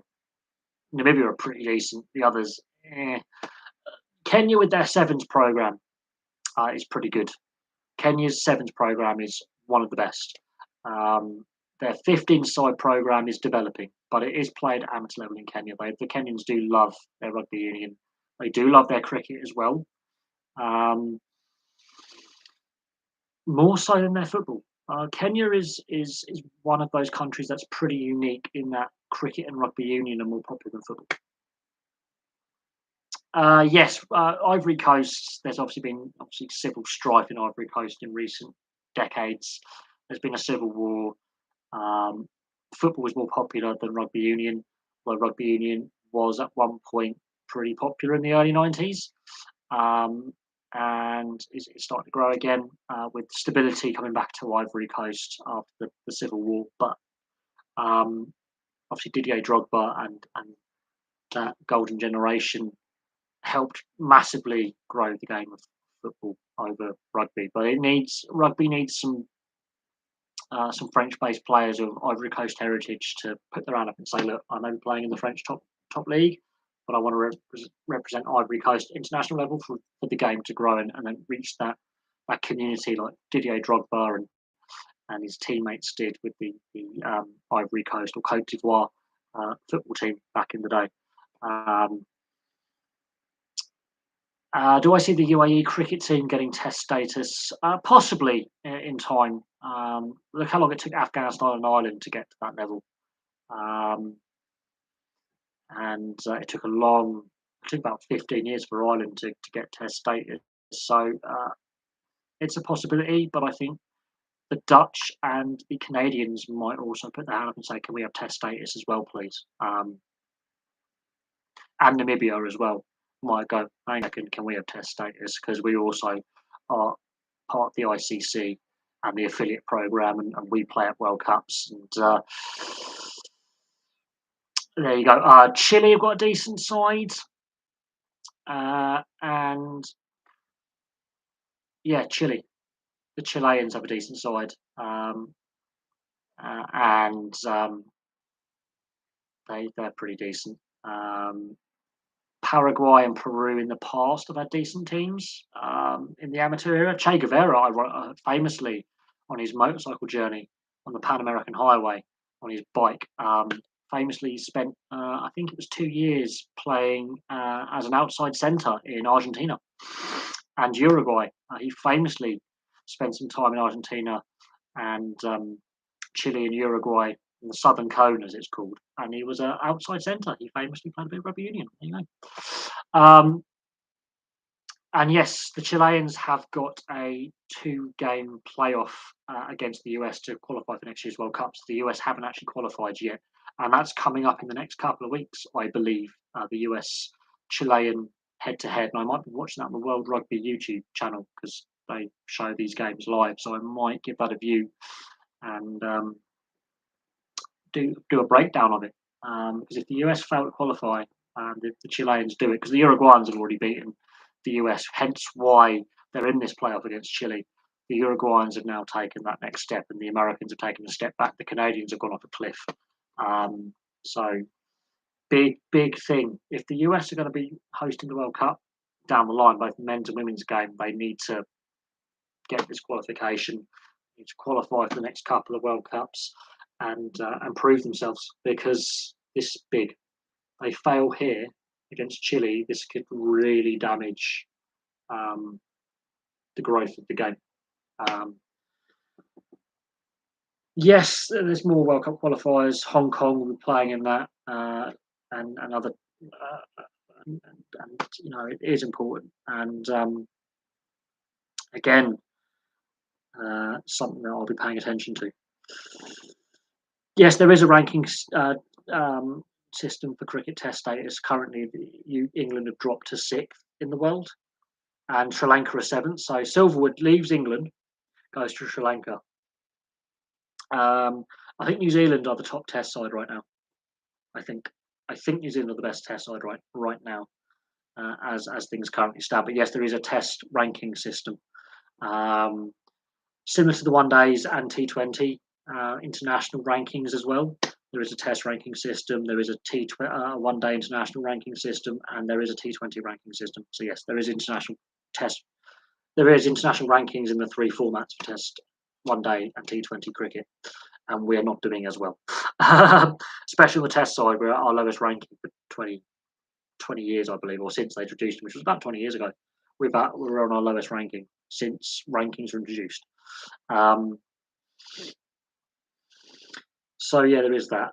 But I'm going to call this a stream because I've been going for nearly 3 hours. I need to get a quick bite to eat and get ready for bed.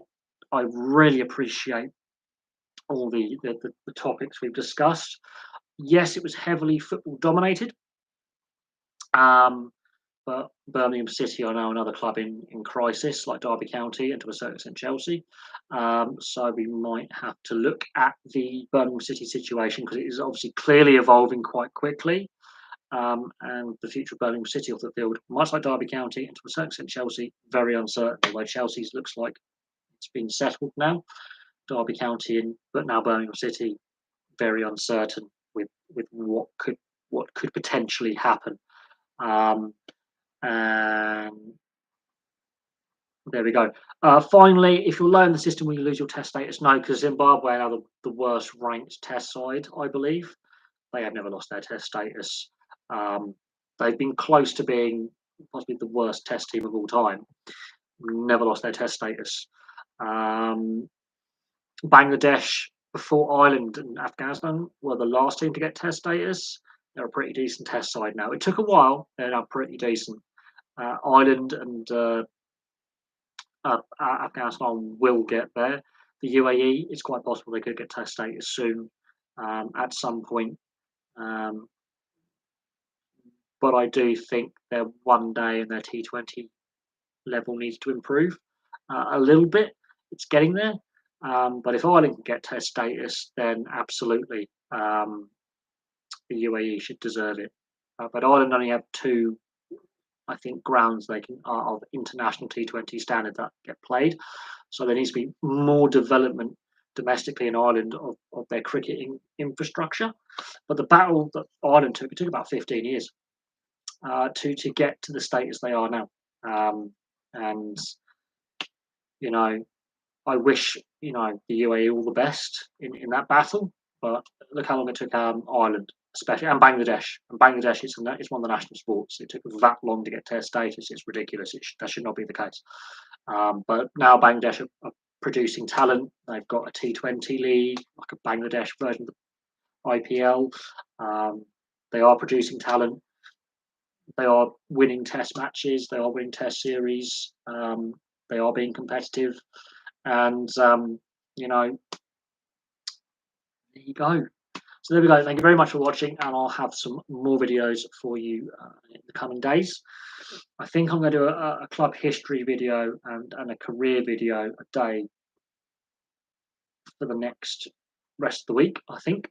And I'll be keeping an eye on the Birmingham City situation until it actually gets to the point where we're going into administration, transfer embargo. I might then do a video, but the fact that the director's test or the fit property person's test allowed the current owner to take over when he clearly shouldn't have, that's a failure on the EFL and the FA. And to be fair, the Premier League as well to a certain extent, because they are an ex-Premier League club that has had parachute payments in the time frame since they were in the Premier League. You get, I think, 3 to possibly 4 seasons of parachute payments, depending on when you were relegated from the Premier League. There's question marks over where that money's gone. There's question marks over why the stadium is in the state it's in and how it's got to that stage, and the various changes in ownership in that time. It's not the first time Birmingham City have been investigated. It will not be the last. The ownership situation of Birmingham City has been a mess for 30 years. So there you go. But thank you very much for watching, and I'll have some more videos for you, obviously, very, very soon.